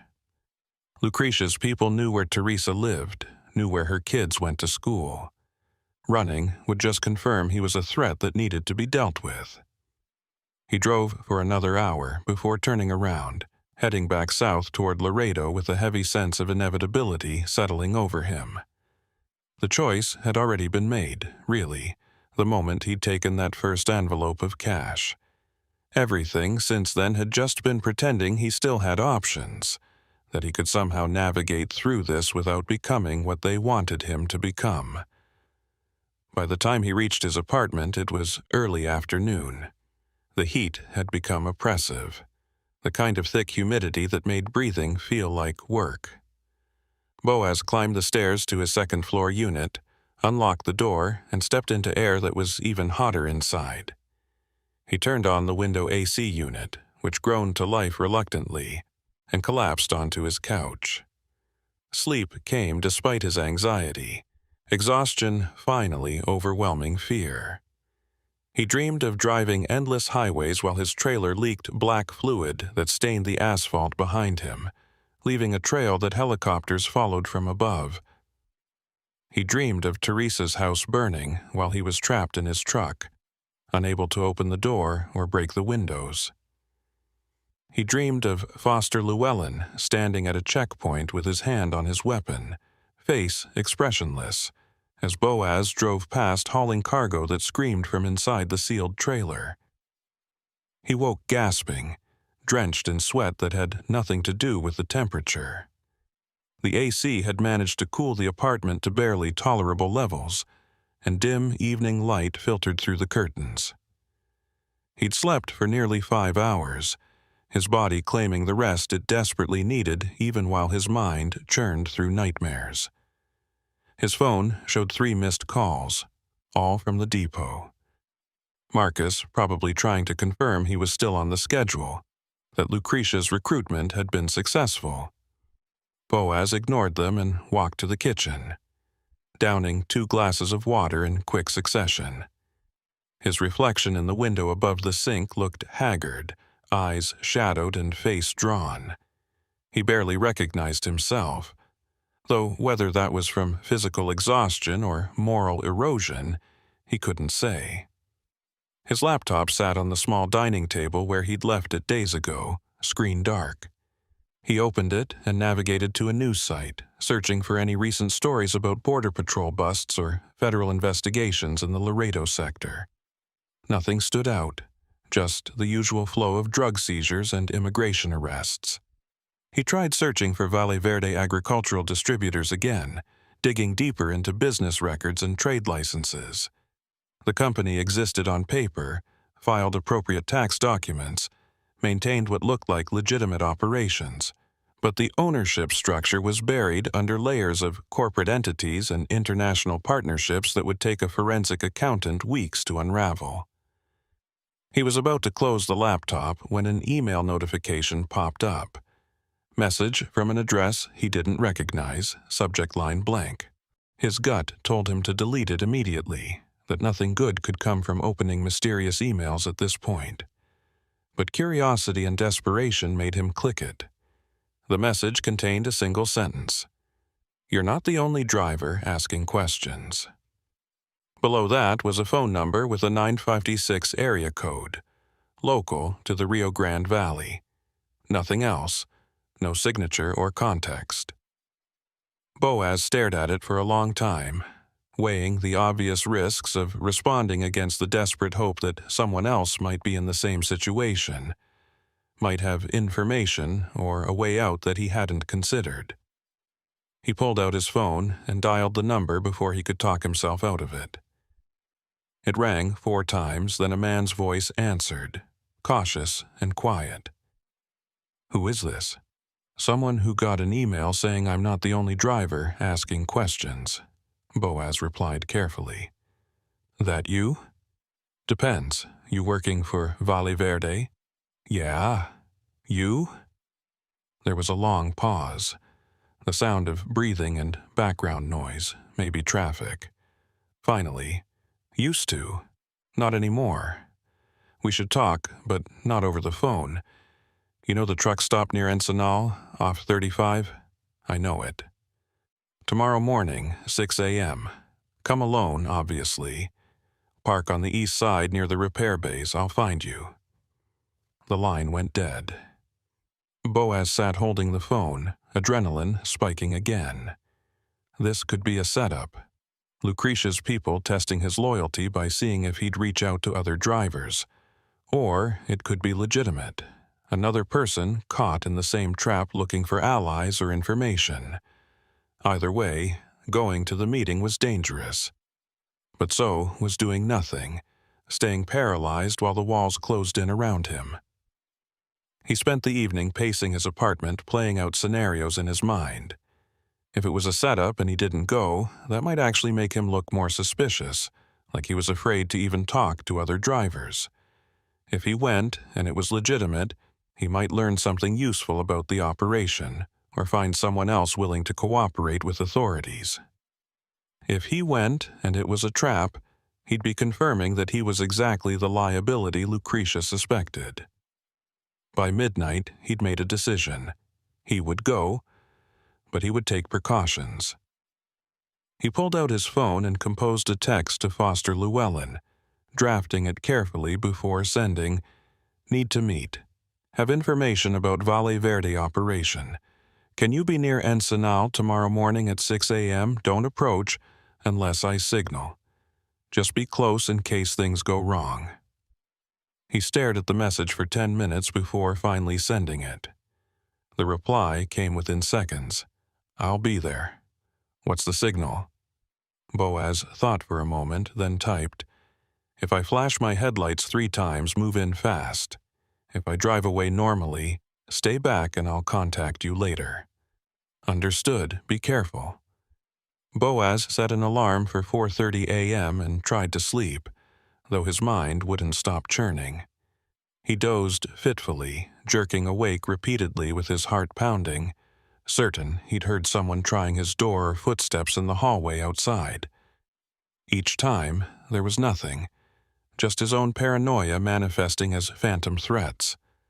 But the paranoia felt justified, earned through contact with people who'd proven they were capable of surveillance and violence. The alarm pulled him from uneasy sleep at 4:30. He showered quickly, dressed in his usual work clothes, and grabbed the Glock from beneath his mattress, checking that it was loaded before tucking it into the back of his waistband. He'd never carried concealed before, had always kept the weapon secured in his truck for emergencies. But this qualified as an emergency, and being armed seemed like the bare minimum of caution given the circumstances. He made coffee in his truck's thermos and headed out into pre-dawn darkness, driving north toward Encino with his mirrors constantly monitored. No headlights followed that he could identify. No vehicles maintained suspicious distances. The highway was nearly empty at this hour, just a few early commuters and long-haul trucks heading toward San Antonio. Normal traffic, normal morning, except for the weight of the weapon against his spine and the fear coiled in his gut. The truck stop at Ensenal appeared just before 6, a sprawling facility with fuel pumps, a restaurant, and a repair facility that serviced commercial vehicles. Boaz pulled in and drove past the main building toward the east side where several semi-trucks sat in various states of repair, some with hoods open and mechanics already working despite the early hour. He parked near the back of the lot where he had a clear view of approaching vehicles, but was partially concealed behind a larger rig. 5 minutes passed, then 10. Boaz scanned the lot continuously, watching for anyone approaching on foot or any vehicles pulling in that might be connected to Valle Verde. His hand drifted to the Glock periodically, reassuring himself it was there, ready if needed. At 6:15, A dusty Ford pickup pulled into the lot and parked 3 spaces away. A man climbed out, late 40s or early 50s, wearing jeans and a faded work shirt. He was Hispanic, weathered face and calloused hands, the look of someone who'd spent decades doing physical labor. He walked toward Boaz's truck slowly, hands visible and empty, stopping a few feet away from the driver's door. Boaz rolled down the window halfway, keeping his right hand near the weapon. "You the one who sent the email?" The man nodded. "Name's irrelevant, but you can call me anything you want. I drove for Valle Verde for 8 months before I figured out what was really going on. And what's really going on. You first. What made you start asking questions?" Boaz hesitated, weighing how much to reveal. "Found stains in my trailer after deliveries. Smell was wrong, not produced spoilage. Got suspicious." The man's expression darkened. "Yeah, the stains. That's what tipped me off, too. Took me weeks to figure out what they were, and when I did, I nearly put my truck into a bridge abutment rather than make another run." "What are they?" The man glanced around the lot, checking that no one was close enough to overhear, then stepped closer to Boaz's window. "Bodies, or parts of them. Valle Verde's produce shipments are real, but they're packaged with human remains mixed in. People who cross the border illegally pay coyotes to guide them, then disappear into the distribution network. Some are harvested for organs, some are used as mules for drugs, some are just killed and disposed of when they're no longer useful. The refrigerated produce is perfect cover, hides the smell, explains the temperature requirements, provides legitimate reason for sealed trailers." Boaz felt the bottom drop out of his stomach, nausea rising so fast he had to swallow hard to keep from vomiting. "You're telling me I've been hauling dead bodies?" "Parts, probably. They don't waste space on full corpses. Organs packed in ice inside the produce crates, tissue samples, whatever has value on the black market. The rest gets incinerated at the distribution centers. That's why the manifests are always time-sensitive, why they pay premium rates for fast delivery. Organs have shelf life, even refrigerated." "Jesus Christ." Boaz leaned his forehead against the steering wheel, breathing shallowly. "How do you know this?" "You see it yourself." "I started following delivery trucks after they left the warehouses. Saw where they went next. Medical facilities, research labs, places that don't ask too many questions about where specimens come from. And I talked to other drivers who worked the route before me, ones who got out or tried to. Most of them are dead now. Accidents and disappearances that never get investigated too hard because who cares about some trucker who probably just drank too much and drove off a bridge, right? Why are you still alive if you know all this?" The man smiled grimly. "Because I was smart enough to get insurance before I quit. Documentation, photographs, records of shipments cross-referenced with missing persons reports. All of it stored in multiple locations with instructions to release everything if anything happens to me. Lucretia Vane knows I have it. Knows killing me would just make things worse for her organization. So we have an understanding. I stay quiet, I stay breathing. But I can't help people once they're already in the system. That's why I sent you the email. You're still early enough to get out clean if you're smart about it." "How?" "They've threatened my family. They're watching everything I do. They've made it clear that walking away isn't an option. It's always an option. You just have to be willing to pay the price.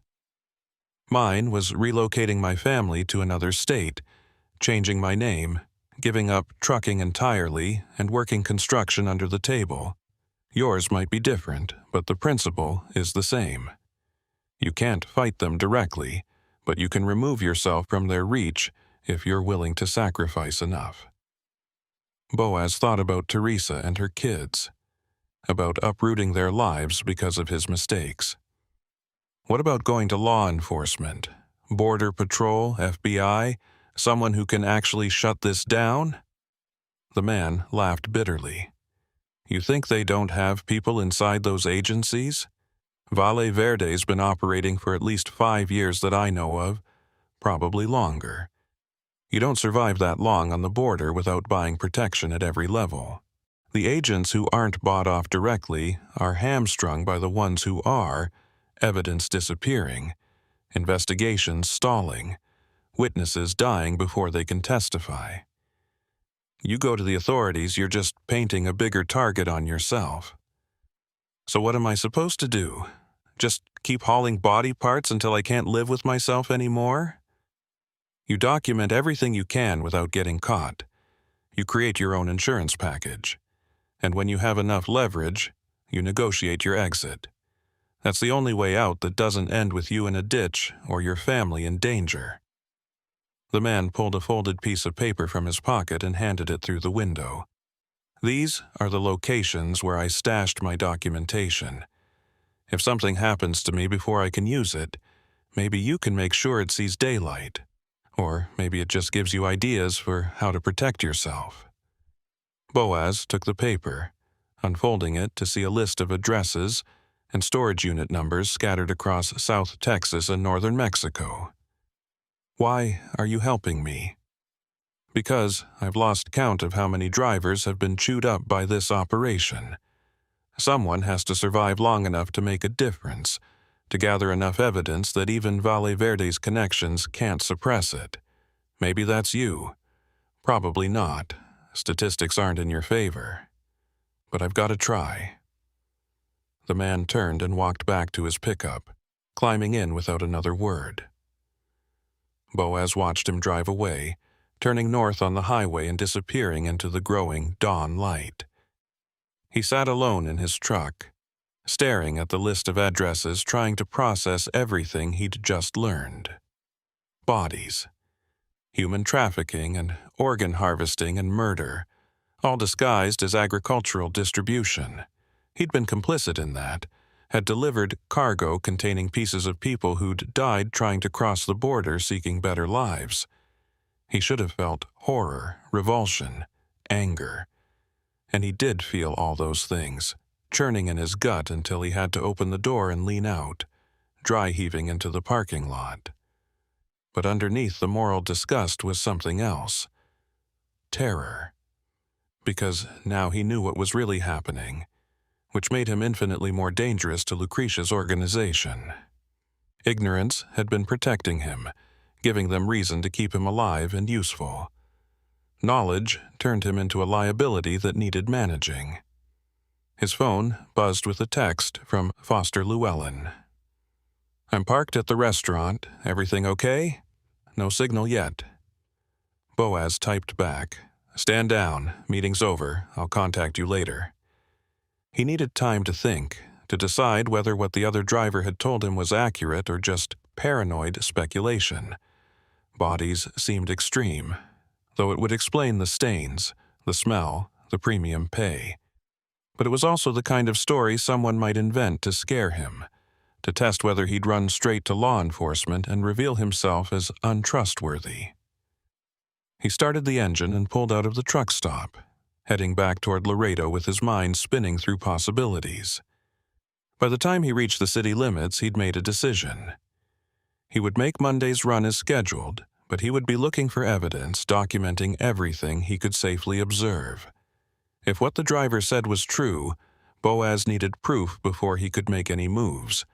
If it was false, he needed to know that too before he destroyed his life based on bad information. The weekend passed in a fog of anxiety and preparation. Boaz acquired a small HD camera and mounted it inside his cab, positioned to record the loading process and anything visible through his mirrors. He bought a notebook and started logging every detail he could remember about the previous runs: times, locations, vehicle descriptions, names. He avoided all contact with Marcus and ignored 2 calls from Lucretia's number. Sunday night, he barely slept. Monday morning arrived like a verdict being read, final and irreversible. He showered, dressed, loaded his Glock, and drove to the depot with the camera running. Whatever he was about to discover, at least he'd have a record of it. That small act of defiance was all the control he had left. Monday night arrived with the kind of oppressive humidity that made the South Texas air feel like a living thing pressing down on everything it touched. Boaz Kincannon sat in his Peterbilt outside the Laredo depot at 9:45, watching mechanics move through their evening routines under the harsh glare of sodium vapor lights that turned everything beneath them a sickly orange. His hands rested on the steering wheel, not gripping it yet, just touching the worn leather that had molded itself to his palms over 15 years of long hauls. The hidden camera mounted behind his sun visor recorded everything, its tiny lens capturing the loading dock, the workers moving between trailers, the dark sedan already positioned near the depot entrance like a predator waiting for prey to emerge. The weight of the Glock pressed against the small of his back, tucked into his waistband beneath his work shirt. He'd carried it concealed for the first time this morning, breaking every habit he'd developed about weapon safety and legal carry. But legal consideration seemed almost quaint now, given what he was involved in. The gun was a small comfort, probably useless if things went truly wrong, but having it there made him feel slightly less helpless. Slightly. His phone buzzed with a text from Marcus.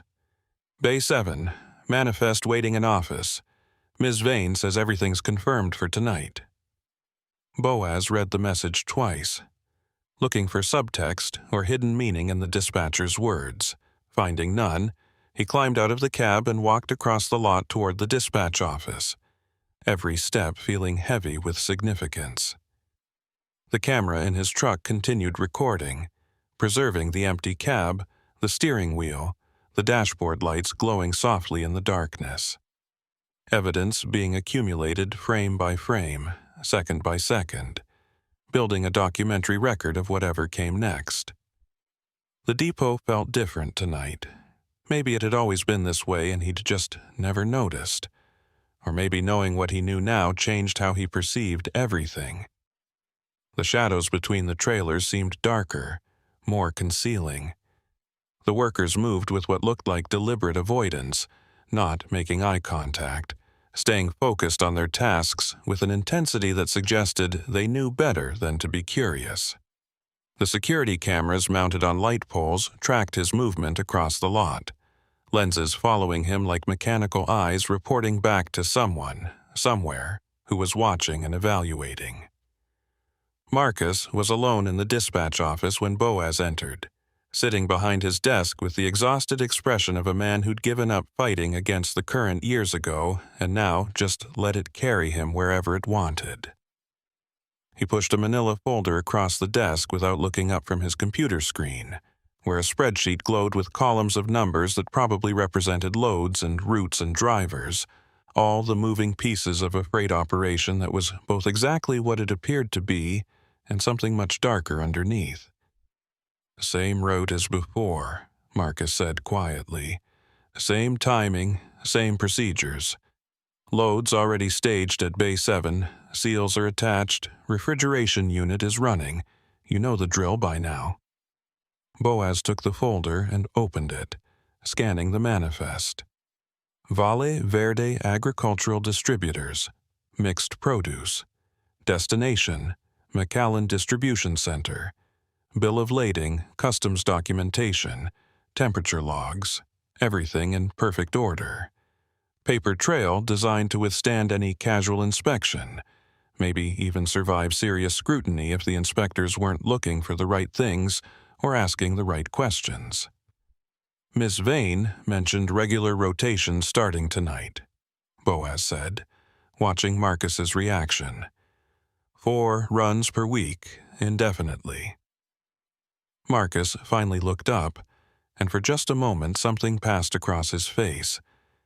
Regret, maybe, or sympathy, or the weary recognition of another driver being pulled into the machinery. Yeah, you're on the schedule. Wednesday, Friday, Sunday, plus tonight. Good steady work, good steady pay. Most drivers would kill for that kind of regular rotation.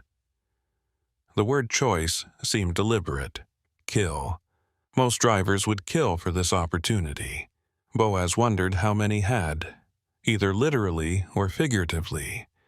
How many had compromised themselves step by step until they were in so deep that murder became just another business cost, another line item in the moral bankruptcy they'd accumulated.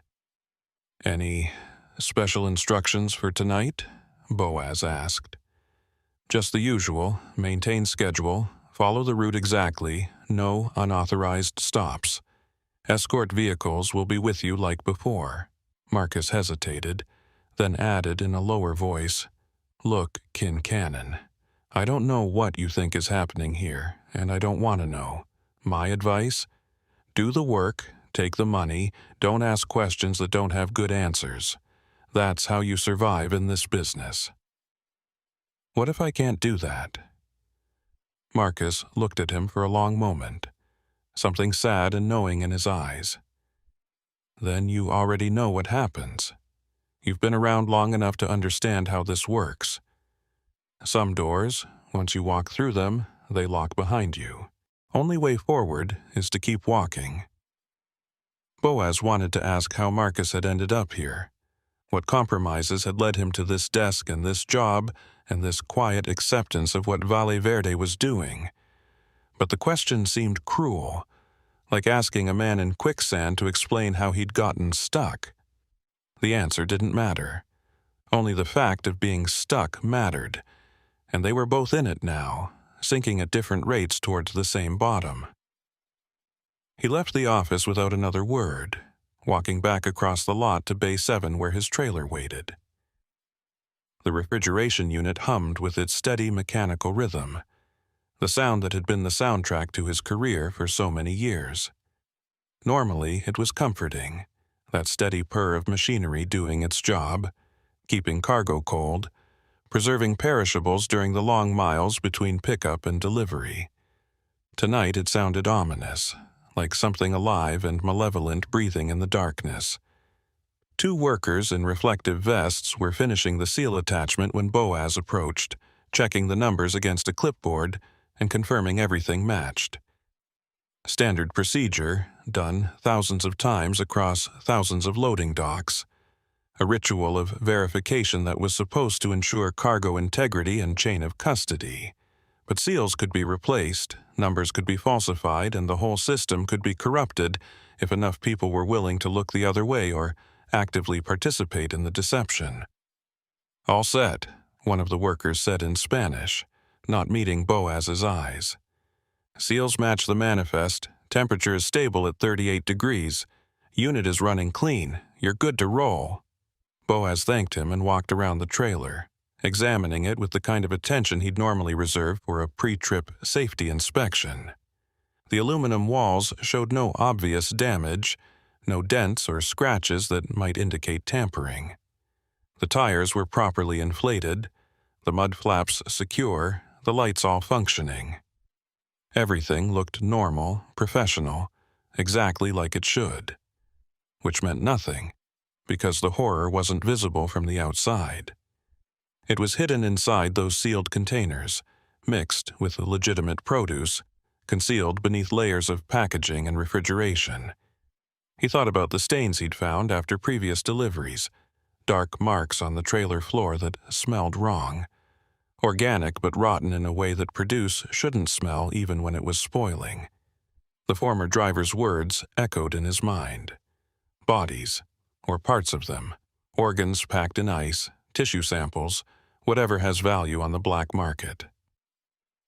Human remains being transported like any other commodity, bought and sold and harvested from people who'd crossed the border hoping for better lives, and instead found themselves reduced to spare parts. The nausea that had become his constant companion over the past few days rose again, bile burning the back of his throat. He forced it down, forced himself to breathe slowly through his nose, forced his hands to stay steady as he completed the walk-around inspection. The camera in his cab was recording this too, capturing his approach to the trailer, documenting the seals and the workers and the loading dock. Evidence accumulating frame by frame. Boaz climbed into the cab and started the engine, letting it warm up while he secured the manifest in its holder and adjusted his mirrors. The dark sedan that had been waiting near the depot entrance pulled out and positioned itself on the access road, ready to fall in behind once he exited the lot. They weren't even pretending to be subtle anymore, just openly declaring their surveillance, making sure he understood there was no privacy, no escape, no moment when he wasn't being watched and evaluated. His phone buzzed. Text from an unknown number, though by now he recognized it as one of several that Lucretia Vane rotated through. Safe travels tonight. Looking forward to our conversation next week about your expanded role. Expanded role. The words carried weight beyond their simple meaning. She was telling him that this wasn't the end point, that more was coming, that the organization had plans for him beyond just driving routes. Maybe recruitment of other drivers, maybe active participation in the logistics of the operation, maybe something worse that he couldn't yet imagine. Each run pulled him deeper. Each payment bought more of his complicity. Each day of silence made him more culpable in whatever Valle Verde was doing. He didn't respond to the text, just put the phone face down on the passenger seat and pulled out of Bay 7. The depot gate attendant waved him through without a word, and Boaz guided the rig onto the access road, watching as the dark sedan merged seamlessly into position behind him. The escort was in place, the cargo was sealed, the route was predetermined. All he had to do was drive, follow instructions, deliver the load, and collect his payment. Simple, easy. Just don't think about what's in the trailer. Don't imagine the people those remains belong to. Don't calculate the moral weight of each mile traveled in service of this operation. The highway stretched ahead, dark and empty except for scattered commercial traffic. Boaz settled into the rhythm of driving, hands on the wheel, eyes on the road, mind trying desperately not to think about anything except the immediate task. But thoughts intruded anyway, unbidden and unwelcome.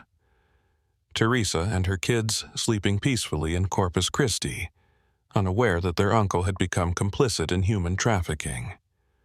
Foster Llewellyn, somewhere out there in the darkness, maybe on duty, maybe off, hoping that Boaz would make contact and agree to cooperate fully instead of this half measure of gathering evidence while still making runs.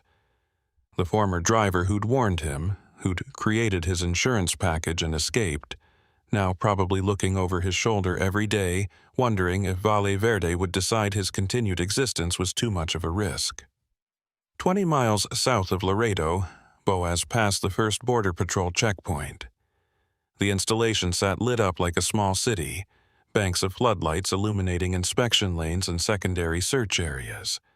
Agent vehicles parked in neat rows, the green and white color scheme of federal authority on display. It was supposed to be reassuring, this visible presence of law enforcement protecting the border, interdicting illegal crossings and contraband smuggling.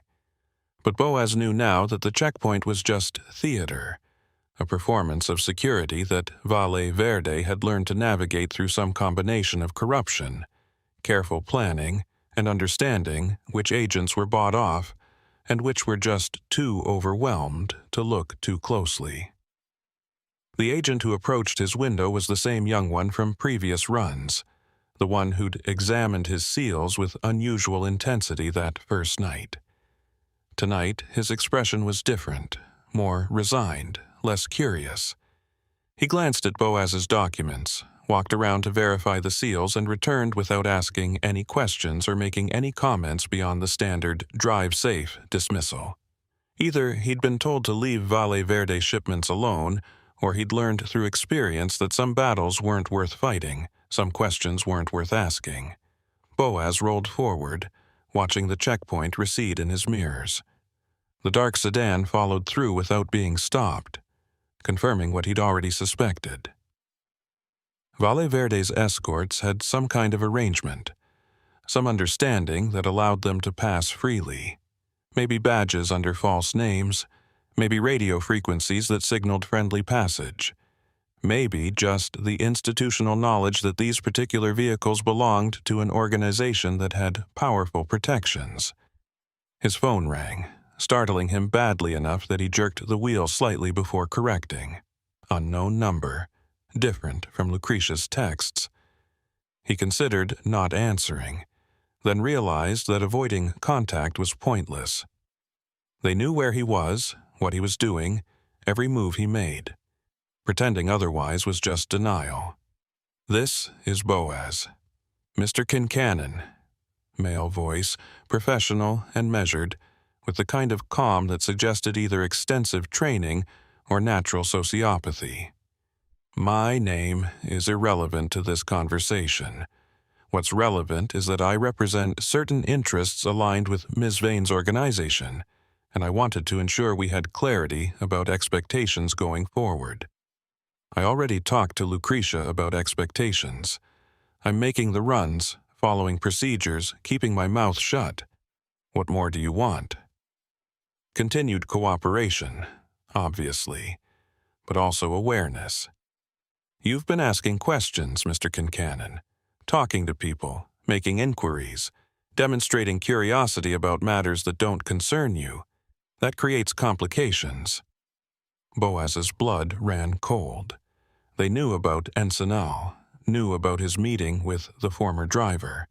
Possibly they knew about Foster, too, knew about every contact he'd made and every conversation he'd had. The surveillance wasn't just following him during runs, it was comprehensive, covering every aspect of his life, tracking every move he made. "I haven't talked to anyone," he said, trying to keep his voice steady. "We both know that's untrue. But I'm not calling to debate facts. I'm calling to clarify consequences. Your family in Corpus Christi, they're very important to you. Your sister Teresa, her children Miguel and Sofia, they represent your entire world outside of this work. That makes them both your greatest strength and your greatest vulnerability." The casual mention of his niece and nephew's names felt like a physical blow. Boaz's hands tightened on the steering wheel until his knuckles went white, rage and terror warring in his chest. "You leave them alone. They have nothing to do with this." "They have everything to do with this, Mr. Kincannon. They're the reason you'll continue cooperating, the reason you'll stop asking questions, the reason you'll accept your expanded role when Ms. Vane explains it to you next week. Because the alternative, making noise or trying to involve authorities or becoming a problem that needs solving, that alternative doesn't just affect you. It affects everyone connected to you, everyone you care about, everyone who matters. You're threatening to hurt children. I'm explaining reality. We don't want to hurt anyone, Mr. Kincannon. We want smooth operations, reliable logistics, and personnel who understand their roles and perform them without complications. You provide that, everyone stays safe. You deviate, people get hurt. Simple cause and effect, nothing personal, just business. The line went dead before Boaz could respond. He drove in silence for several miles, hands shaking, breath coming in shallow gasps that he had to consciously slow down before he hyperventilated. The camera was recording this too, capturing his reaction, the trembling hands, the fear written across his face. Evidence that Valle Verde was using threats against his family to ensure compliance. But evidence only mattered if someone was watching who could act on it, and right now Boaz had no confidence that such people existed. He thought about calling Foster immediately, reporting the threat, asking for federal protection for Teresa and the kids. But that would confirm to Valle Verde that he was cooperating with law enforcement, would probably accelerate whatever violence they were planning rather than preventing it.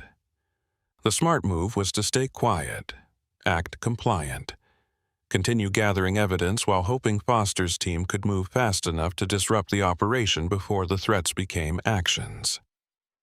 South of Zapata, a second vehicle joined the dark sedan behind him. Not the white SUV from previous runs, but a black pickup truck with tinted windows and no visible plates. The two vehicles bracketed him now, one following directly and one offset to the side, moving in coordinated patterns that spoke to training and experience. Professional surveillance, probably former military or law enforcement, people who knew how to track targets and prevent escape attempts. Boaz was boxed in, trapped between the escort vehicles and the knowledge of what his cargo contained, driving toward a destination he didn't want to reach but couldn't avoid. Around midnight, exhaustion started to creep in despite the adrenaline. He'd been running on fear and coffee for days, barely sleeping, constantly vigilant, and his body was demanding rest that he couldn't afford to give it. He forced his eyes to stay open, pinched his arm hard enough to leave marks, anything to stay alert.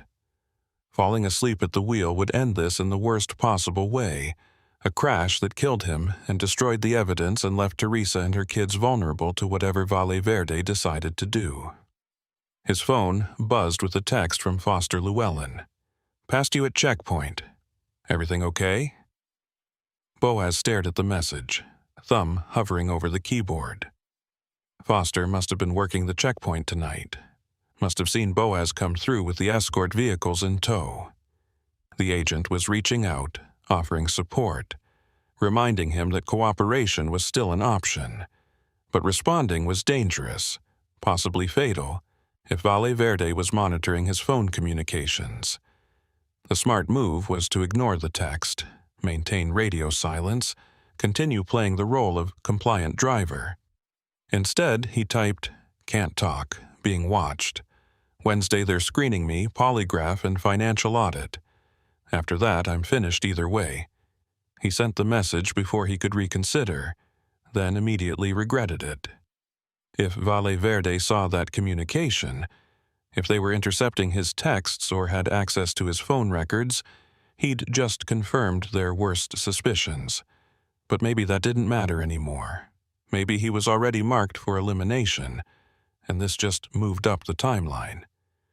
At least Foster would know, would understand that something was coming, would hopefully be ready to act.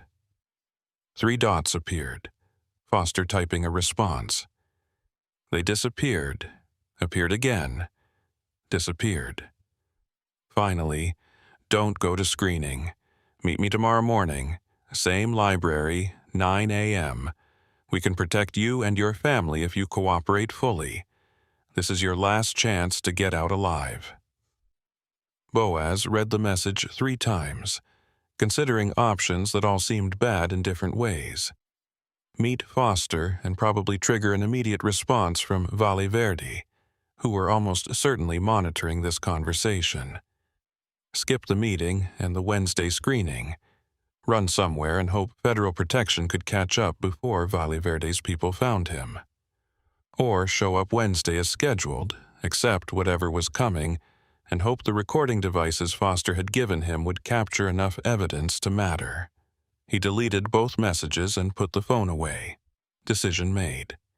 He would continue the charade, would play the role of compliant driver, would walk into Wednesday's screening with recording devices running and let Valle Verde reveal itself through its own actions. It was probably suicide, but it was suicide in service of something bigger than his own survival. The evidence would exist, documented and preserved, ready to burn the operation down even if Boaz didn't live to see it. Rio Grande City appeared ahead, the small town sleeping peacefully beneath scattered streetlights. Boaz remembered the man who'd watched his truck at the fuel stop during that first run, standing in shadows with that predatory stillness. Tonight, he had no intention of stopping, but as he passed the truck stop, he couldn't help glancing over.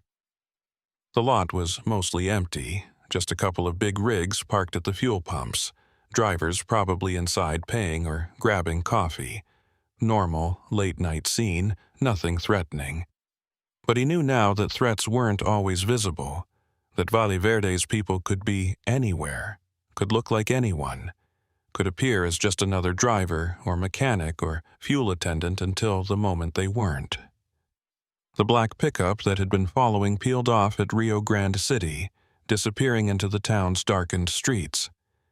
But the dark sedan remained, maintaining its position behind Boaz's trailer with mechanical precision. One escort was apparently sufficient for this final stretch into McAllen, or maybe the pickup had other tasks to accomplish, other checkpoints to monitor or threats to address. Boaz tried not to think about what those tasks might involve, tried not to imagine the pickup heading north toward Corpus Christi, where Teresa and her kids slept, unaware of the danger circling them. The final 40 miles into McAllen passed in a blur of exhaustion and hypervigilance. Boaz's eyes burned from staring at the road. His shoulders ached from tension that wouldn't release. His jaw hurt from clenching his teeth. When the warehouse district finally appeared on the horizon, sprawling industrial buildings lit by security lights and outlined against the night sky, he felt an exhausted relief so intense it was almost physical. Not relief that the run was over, but relief that he'd made it this far without anything catastrophic happening. Without his truck being pulled over and searched, without the escort vehicles forcing him off the road into some remote location where he'd disappear like so many others. He navigated the familiar streets to the McAllen distribution center, backed his trailer into the same loading dock as before, and killed the engine.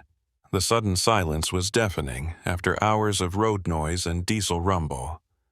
Boaz sat in the darkness of his cab, breathing slowly, trying to steady his nerves for whatever came next.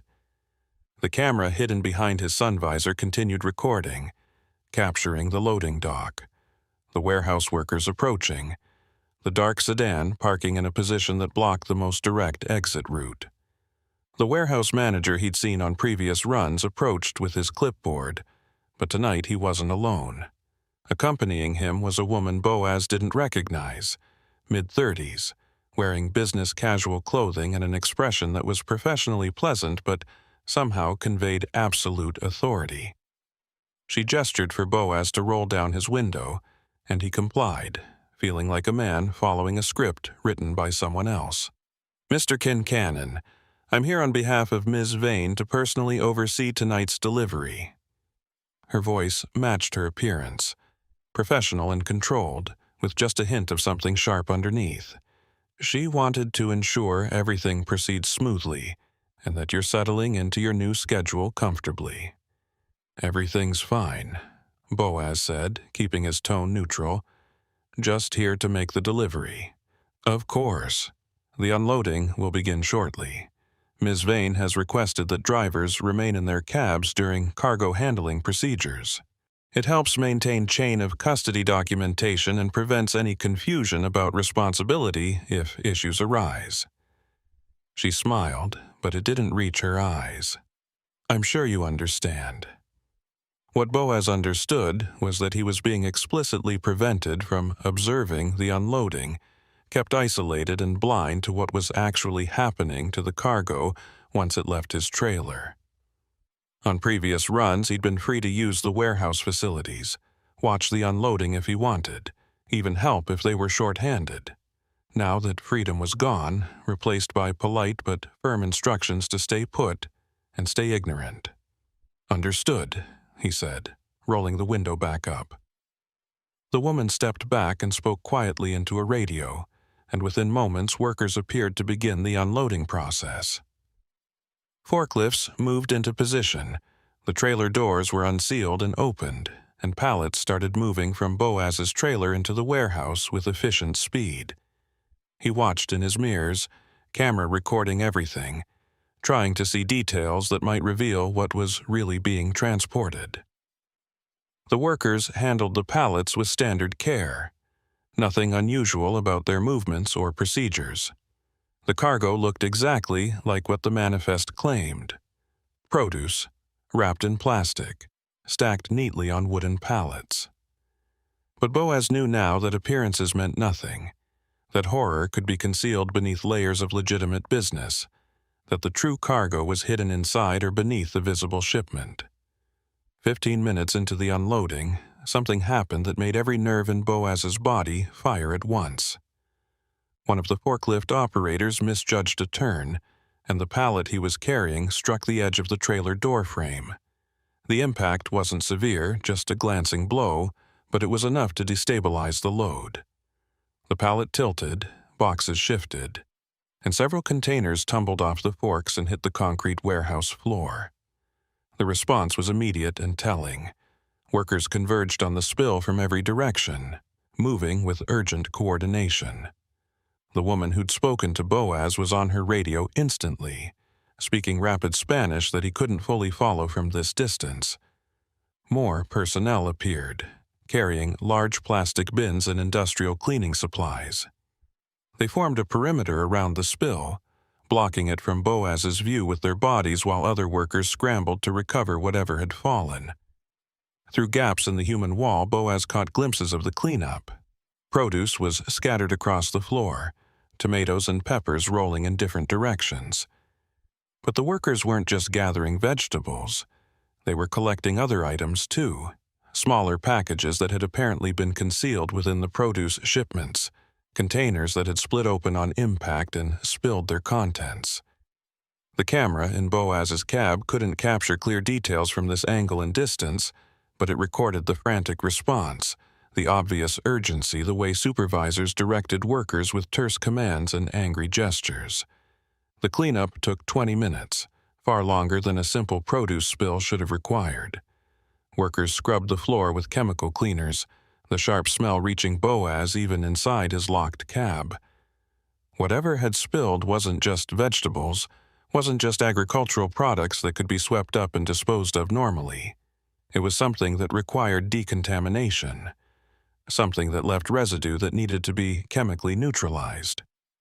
When the woman finally approached Boaz's window again, her professional composure had cracked slightly. Stress lines were visible around her eyes, and her voice carried an edge it hadn't before. A small accident, nothing serious. The unloading will continue shortly. She paused, studying his face intently. I trust you understand that accidents happen in freight operations, that they're routine and not worth discussing or documenting beyond standard incident reports. I didn't see anything worth documenting, Boaz said carefully. Just a dropped pallet and some produce spilling. Happens all the time. The woman's expression relaxed fractionally. Exactly. Ms. Vane appreciates your professionalism and discretion. Your payment for tonight will reflect that appreciation. She walked away, and the unloading resumed. Workers moved the remaining pallets with exaggerated care, every movement deliberate and cautious. Whatever had nearly been exposed by the dropped pallet, they were determined not to risk a repeat incident. Boaz watched it all, camera recording, mind cataloging details and trying to piece together what had actually spilled. The former driver's words echoed again.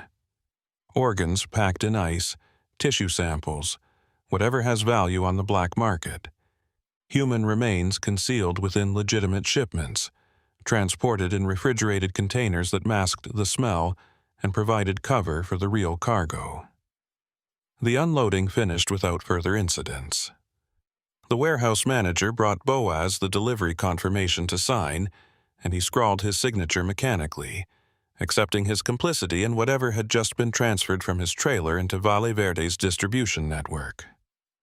The woman supervised as he secured the trailer doors, watching to ensure he didn't examine the interior too closely, didn't notice details that might raise questions or prompt unwanted curiosity. As Boaz prepared to pull out, she approached his window one final time. Ms. Vane asked me to remind you about your schedule. Wednesday, Friday, and Sunday runs this week, all following the same procedures. And don't forget your meeting with her on Wednesday morning before your scheduled departure. She's looking forward to discussing your future with the organization. Boaz nodded without speaking, not trusting his voice. He started the engine and pulled away from the loading dock, watching the warehouse recede in his mirrors. The dark sedan fell in behind him immediately, resuming its escort position for the return trip to Laredo. Nothing had changed. The surveillance continued, the operation proceeded, and he was still trapped in the middle of it. The drive back passed in exhausted silence. Dawn was breaking as Boaz crossed into Laredo, painting the eastern sky in shades of orange and red that looked like warnings or omens. He pulled into the depot as the day shift was arriving, mechanics and drivers beginning their routines. Everything appearing normal and professional, and completely disconnected from the horror that Boaz had just participated in. Marcus was waiting in the dispatch office with the payment envelope, but he wasn't alone. Two men Boaz had never seen before stood flanking the desk, silent and watchful, wearing dark suits that were too formal for a freight depot. Security, probably, or enforcers, or whatever Valle Verde called the people who handled problems that required physical solutions. Their presence transformed the familiar office into something menacing, a space where business could be conducted, but violence was always just beneath the surface. Marcus slid the envelope across the desk without meeting Boaz's eyes. "Good run. No issues reported. Ms. Vane wanted me to confirm your Wednesday morning appointment, 9 a.m., here at the depot. She'll have some personnel matters to discuss with you before your next departure." "I'll be here," Boaz said, taking the envelope. The weight felt heavier than previous payments, possibly because there was more cash inside, possibly because the moral weight of what he was being paid for had become too heavy to ignore. She also wanted me to pass along a reminder. Marcus finally looked up, and something in his expression might have been sympathy or warning or just resignation. We're all part of a team here. Team members trust each other, support each other, don't create complications that affect everyone else's livelihood. You've been a good team member so far, Boaz. Ms. Vane hopes that continues. The two silent men flanking the desk shifted slightly, a subtle repositioning that drew Boaz's attention to them and their obvious purpose. The message was clear. Compliance was expected, deviation would be addressed, and the address would be physical and final. "No complications from me," Boaz said quietly. "I know my role." He left the office and walked across the lot to his truck, feeling the two men's eyes tracking his movement until he climbed into the cab and closed the door. The envelope went into his glove compartment next to Foster Llewellyn's business card, payment and potential salvation sitting side by side. The camera went into the lockbox in his apartment, added to the growing collection of evidence that might matter or might just be documentation of his own descent into complicity. Boaz drove home through morning traffic, surrounded by normal people heading to normal jobs, living normal lives that didn't include knowledge of human trafficking or organ harvesting or the casual evil that flourished along the border. He envied them their ignorance, their ability to move through the world without carrying the weight of what he knew. But that envy was pointless, because he couldn't unknow what he'd learned, couldn't unsee what he'd witnessed, couldn't erase his own participation in Valle Verde's operations. At his apartment, he tried to sleep but couldn't. His mind churned through scenarios, playing out Wednesday's screening in different variations that all ended badly. If Valle Verde's polygraph was competent, they'd detect his deception, discover his contact with Foster, realize he was gathering evidence. If their financial audit was thorough, they'd find traces of his research into their organization, notice the patterns in his movements that suggested surveillance or preparation. Either way, Wednesday would expose him, and then the only questions were how quickly they'd act and whether Foster could intervene before Valle Verde's people made him disappear. He spent Tuesday in a fog of anxiety and preparation, organizing what few affairs he had to organize. He withdrew cash from his legitimate accounts, leaving just enough to avoid triggering bank alerts. He wrote a letter to Teresa explaining everything, sealed it in an envelope with instructions to be opened if anything happened to him, and left it with a neighbor he trusted. He cleaned his apartment methodically, throwing away anything that might implicate other people if Valverde searched the place after he was gone. By evening, his life had been reduced to essentials: clothes, documents, the Glock, and the lockbox containing evidence that might survive him. Tuesday night he barely slept, dozing fitfully between nightmares where he opened his trailer to find it full of bodies, faces he recognized from missing person reports, hands reaching out toward him in silent accusation. He woke repeatedly, heart pounding, checking the time and calculating how many hours remained until Wednesday morning's appointment. Each time, the hours had barely moved, time crawling toward something inevitable and probably fatal. Wednesday morning arrived gray and humid, clouds hanging low and heavy like they were pressed down by the same oppressive weight Boaz felt in his chest. He showered and dressed in clean clothes, trying to appear normal and professional and not at all like a man walking to his own execution. The recording devices Foster had given him were already in place, hidden beneath his clothing.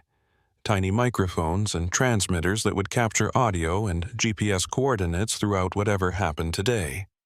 If nothing else, there would be a record, evidence that would survive even if he didn't. He arrived at the depot at 8:45. Early, but not suspiciously so. Marcus was already in the dispatch office, looking even more tired and defeated than usual. He gestured toward the back hallway without speaking, apparently unable or unwilling to pretend that this was just another routine meeting. Boaz followed the gesture, walking down a corridor he'd never accessed before, past storage rooms and break areas that were empty at this hour, until he reached a door marked "Conference Room" in faded letters. Inside, Lucretia Vane was waiting. She sat at the head of a long table, perfectly composed in an expensive business suit, hair pulled back in a severe bun that emphasized the sharp angles of her face. The two men who'd been in the dispatch office Monday morning flanked her, standing against the wall like sentries. On the table in front of Lucretia sat a tablet, several folders, and what looked like polygraph equipment, the sensors and blood pressure cuff arranged neatly on the polished surface. "Boaz, thank you for being punctual. Please sit." She gestured to the chair directly across from her, positioning him with his back to the door and the two men behind him in his peripheral vision. Power dynamics established through simple geography. Boaz sat, hands in his lap, where the recording devices could capture everything said in the room. His heart rate was elevated but not racing, fear controlled through sheer force of will. If he was going to die today, he'd at least die with dignity, with evidence preserved, with some small contribution to bringing down the operation that had killed so many others. "I appreciate your cooperation with this security review," Lucretia began, her voice professionally pleasant.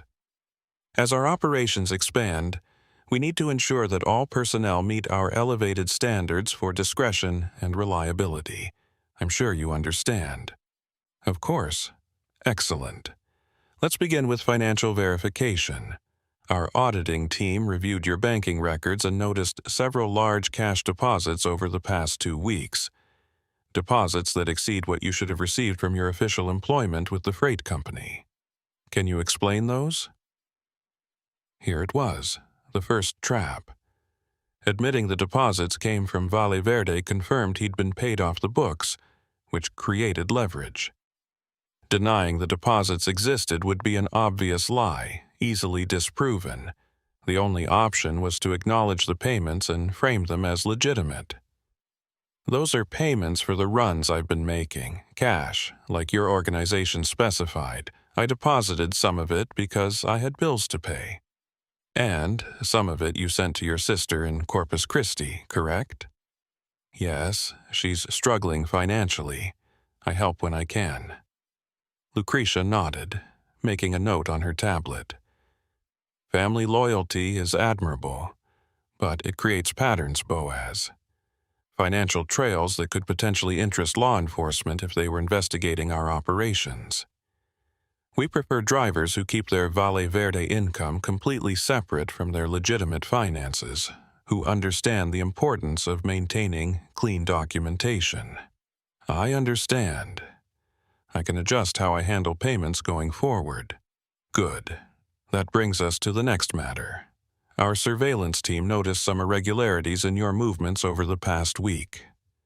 Specifically, a trip to Ensenal where you met with someone we've been monitoring, someone who used to work for Valle Verde before he decided our arrangement wasn't to his liking. Want to tell me about that conversation? Boaz felt his stomach drop, but forced his expression to stay neutral. They'd been watching the whole time, had documented his meeting with the former driver, knew he'd been seeking information. The recording devices captured his response and Lucretia's question, preserving evidence of Valle Verde's surveillance capabilities. He contacted me, said he wanted to warn me about something, give me advice about working for your organization. I listened, but I didn't take any actions based on what he said. And what did he say?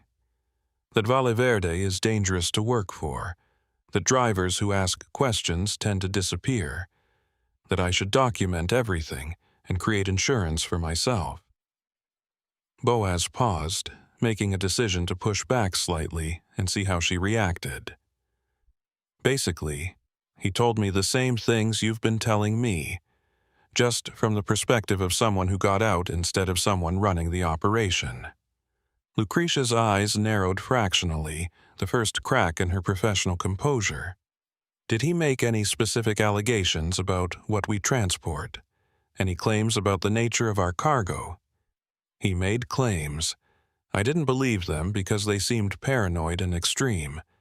People who quit jobs tend to justify their decisions by villainizing their former employers. I assumed he was doing that. It was a careful answer, acknowledging the meeting without confirming belief in what the former driver had said. Lucretia studied him for a long moment, apparently trying to determine if he was lying. The recording devices captured her scrutiny, the silence stretching between them, the weight of decisions being made about whether Boaz was salvageable or had become a problem requiring permanent solutions. The polygraph will help clarify your truthfulness, she said finally. But before we begin that process, I want to address one more concern. Our technical team noticed that you've been researching Valle Verde agricultural distributors online, searching for business records, looking into ownership structures, checking for news articles about our operations. That kind of curiosity suggests you're not fully comfortable with your role in our organization. Want to explain what you were looking for? Another trap. Admitting to research confirmed his suspicions and made him a threat. Denying it would be contradicted by browsing history they'd obviously accessed somehow, either through malware on his computer or cooperation from his internet provider. Boaz made a split-second decision to own the research but frame it innocently. I wanted to understand who I was working for. After 15 years driving for legitimate companies, suddenly I'm making runs for an organization I'd never heard of, getting paid cash, being followed by escort vehicles. That made me curious about whether Valle Verde was legitimate or whether I was getting involved in something illegal. The research reassured me that you're a real company with proper documentation, which made me more comfortable continuing the work. And what would you have done if the research had shown something concerning? Honestly, probably kept driving anyway because I need the money and because walking away seemed more dangerous than staying. But I wanted to know what I was getting into. Lucretia appeared to consider this, weighing his answer against whatever intelligence they'd gathered about his activities. That's fair. Due diligence is understandable, even commendable to a point. The problem is when due diligence crosses into investigation, when drivers start seeing themselves as informants rather than employees. We've had issues with that in the past. Drivers who convinced themselves they were heroes for cooperating with law enforcement. Those situations never end well, Boaz. Not for the drivers, not for anyone connected to them. The threat was clear, barely even veiled. Boaz kept his expression neutral, didn't react, just sat waiting for whatever came next. The recording devices captured Lucretia's words, preserving evidence of the intimidation, even if Valle Verde's lawyers would later claim it was just general discussion of company policy. "Let's proceed with the polygraph," Lucretia said, pulling the equipment closer. "Standard questions. Nothing invasive. Have you ever stolen from the company? Have you discussed Valle Verde's operations with law enforcement? Do you intend to continue working for us reliably? Simple yes or no answers. The machine will indicate if you're being truthful." This was it, the moment where everything would likely come apart. Boaz couldn't pass questions about law enforcement contact because he'd met with Foster, had recording devices on his body right now, was actively gathering evidence. The polygraph would show deception. Lucretia would know he was compromised, and then violence would follow. The two men behind him would move, the conference room door would lock, and Boaz would disappear like so many others. Unless Foster's team was close enough to intervene. Unless they were monitoring his GPS coordinates and had positioned arrest teams nearby. Unless the federal law enforcement apparatus could move fast enough to save him before Valle Verde's enforcers finished what they'd started. Boaz extended his arm for the blood pressure cuff, accepting the inevitable. "Let's get started." Lucretia attached the sensors with practiced efficiency, her fingers cold against his skin. The equipment powered on, baseline measurements establishing his normal heart rate and breathing patterns. The machine hummed softly, recording physiological responses that would betray any attempt at deception. "First question," Lucretia said, watching both Boaz and the machine's readouts. "Have you ever discussed Valle Verde's operations with anyone outside the organization?" Yes. Technically true, because he'd talked to Teresa about the job in vague terms, had mentioned Valle Verde to the mechanic who serviced his truck. The machine registered the truthful answer. "Have you had any contact with law enforcement regarding Valle Verde specifically?" This was the trap question, the one designed to expose his cooperation with Foster. Boaz took a slow breath, aware that the recording devices were capturing everything, that this moment would either condemn him or provide crucial evidence. "Yes." Lucretia's expression froze, surprise flickering across her face before professional control reasserted itself. "Explain." "Border Patrol agents have inspected my cargo at checkpoints multiple times. Federal regulations require cooperation with law enforcement during those inspections. If that counts as contact, then yes, I've had contact." It was technically accurate, a literal interpretation of the question that avoided the deeper truth about Foster, but the polygraph measured physiological stress, not technical accuracy. The machine's readouts showed elevated heart rate, increased perspiration, signs of deception or anxiety. Lucretia studied the graphs, her expression hardening. "That's not what I'm asking, and you know it. Have you met with law enforcement outside of routine checkpoint inspections? Have you provided them with information about Valle Verde's operations? Have you agreed to cooperate with any investigation?" The three questions came rapid fire, designed to overwhelm and provoke honest reactions. Boaz felt sweat breaking out across his forehead, his heart hammering against his ribs. The recording devices captured Lucretia's interrogation, documenting the pressure and the threats implicit in her tone. Before he could answer, the conference room door burst open. Federal agents in tactical gear flooded in, weapons raised, voices shouting commands. "Federal agents! Hands where we can see them! Nobody move!" Lucretia's hand darted toward something beneath the table, but agents were on her before she could reach it, forcing her down, securing her wrists with zip ties. The two men behind Boaz tried to resist and were tackled instantly, slammed face first into the floor with enough force to crack the tile. More agents poured through the door, spreading through the depot, securing personnel and equipment. Foster Llewellyn appeared in the doorway, badge held high, eyes scanning the room until he found Boaz still sitting in the chair with the polygraph sensors attached. "You all right?" Boaz couldn't speak, couldn't process what was happening. He just nodded, hands shaking as he pulled off the blood pressure cuff and sensors.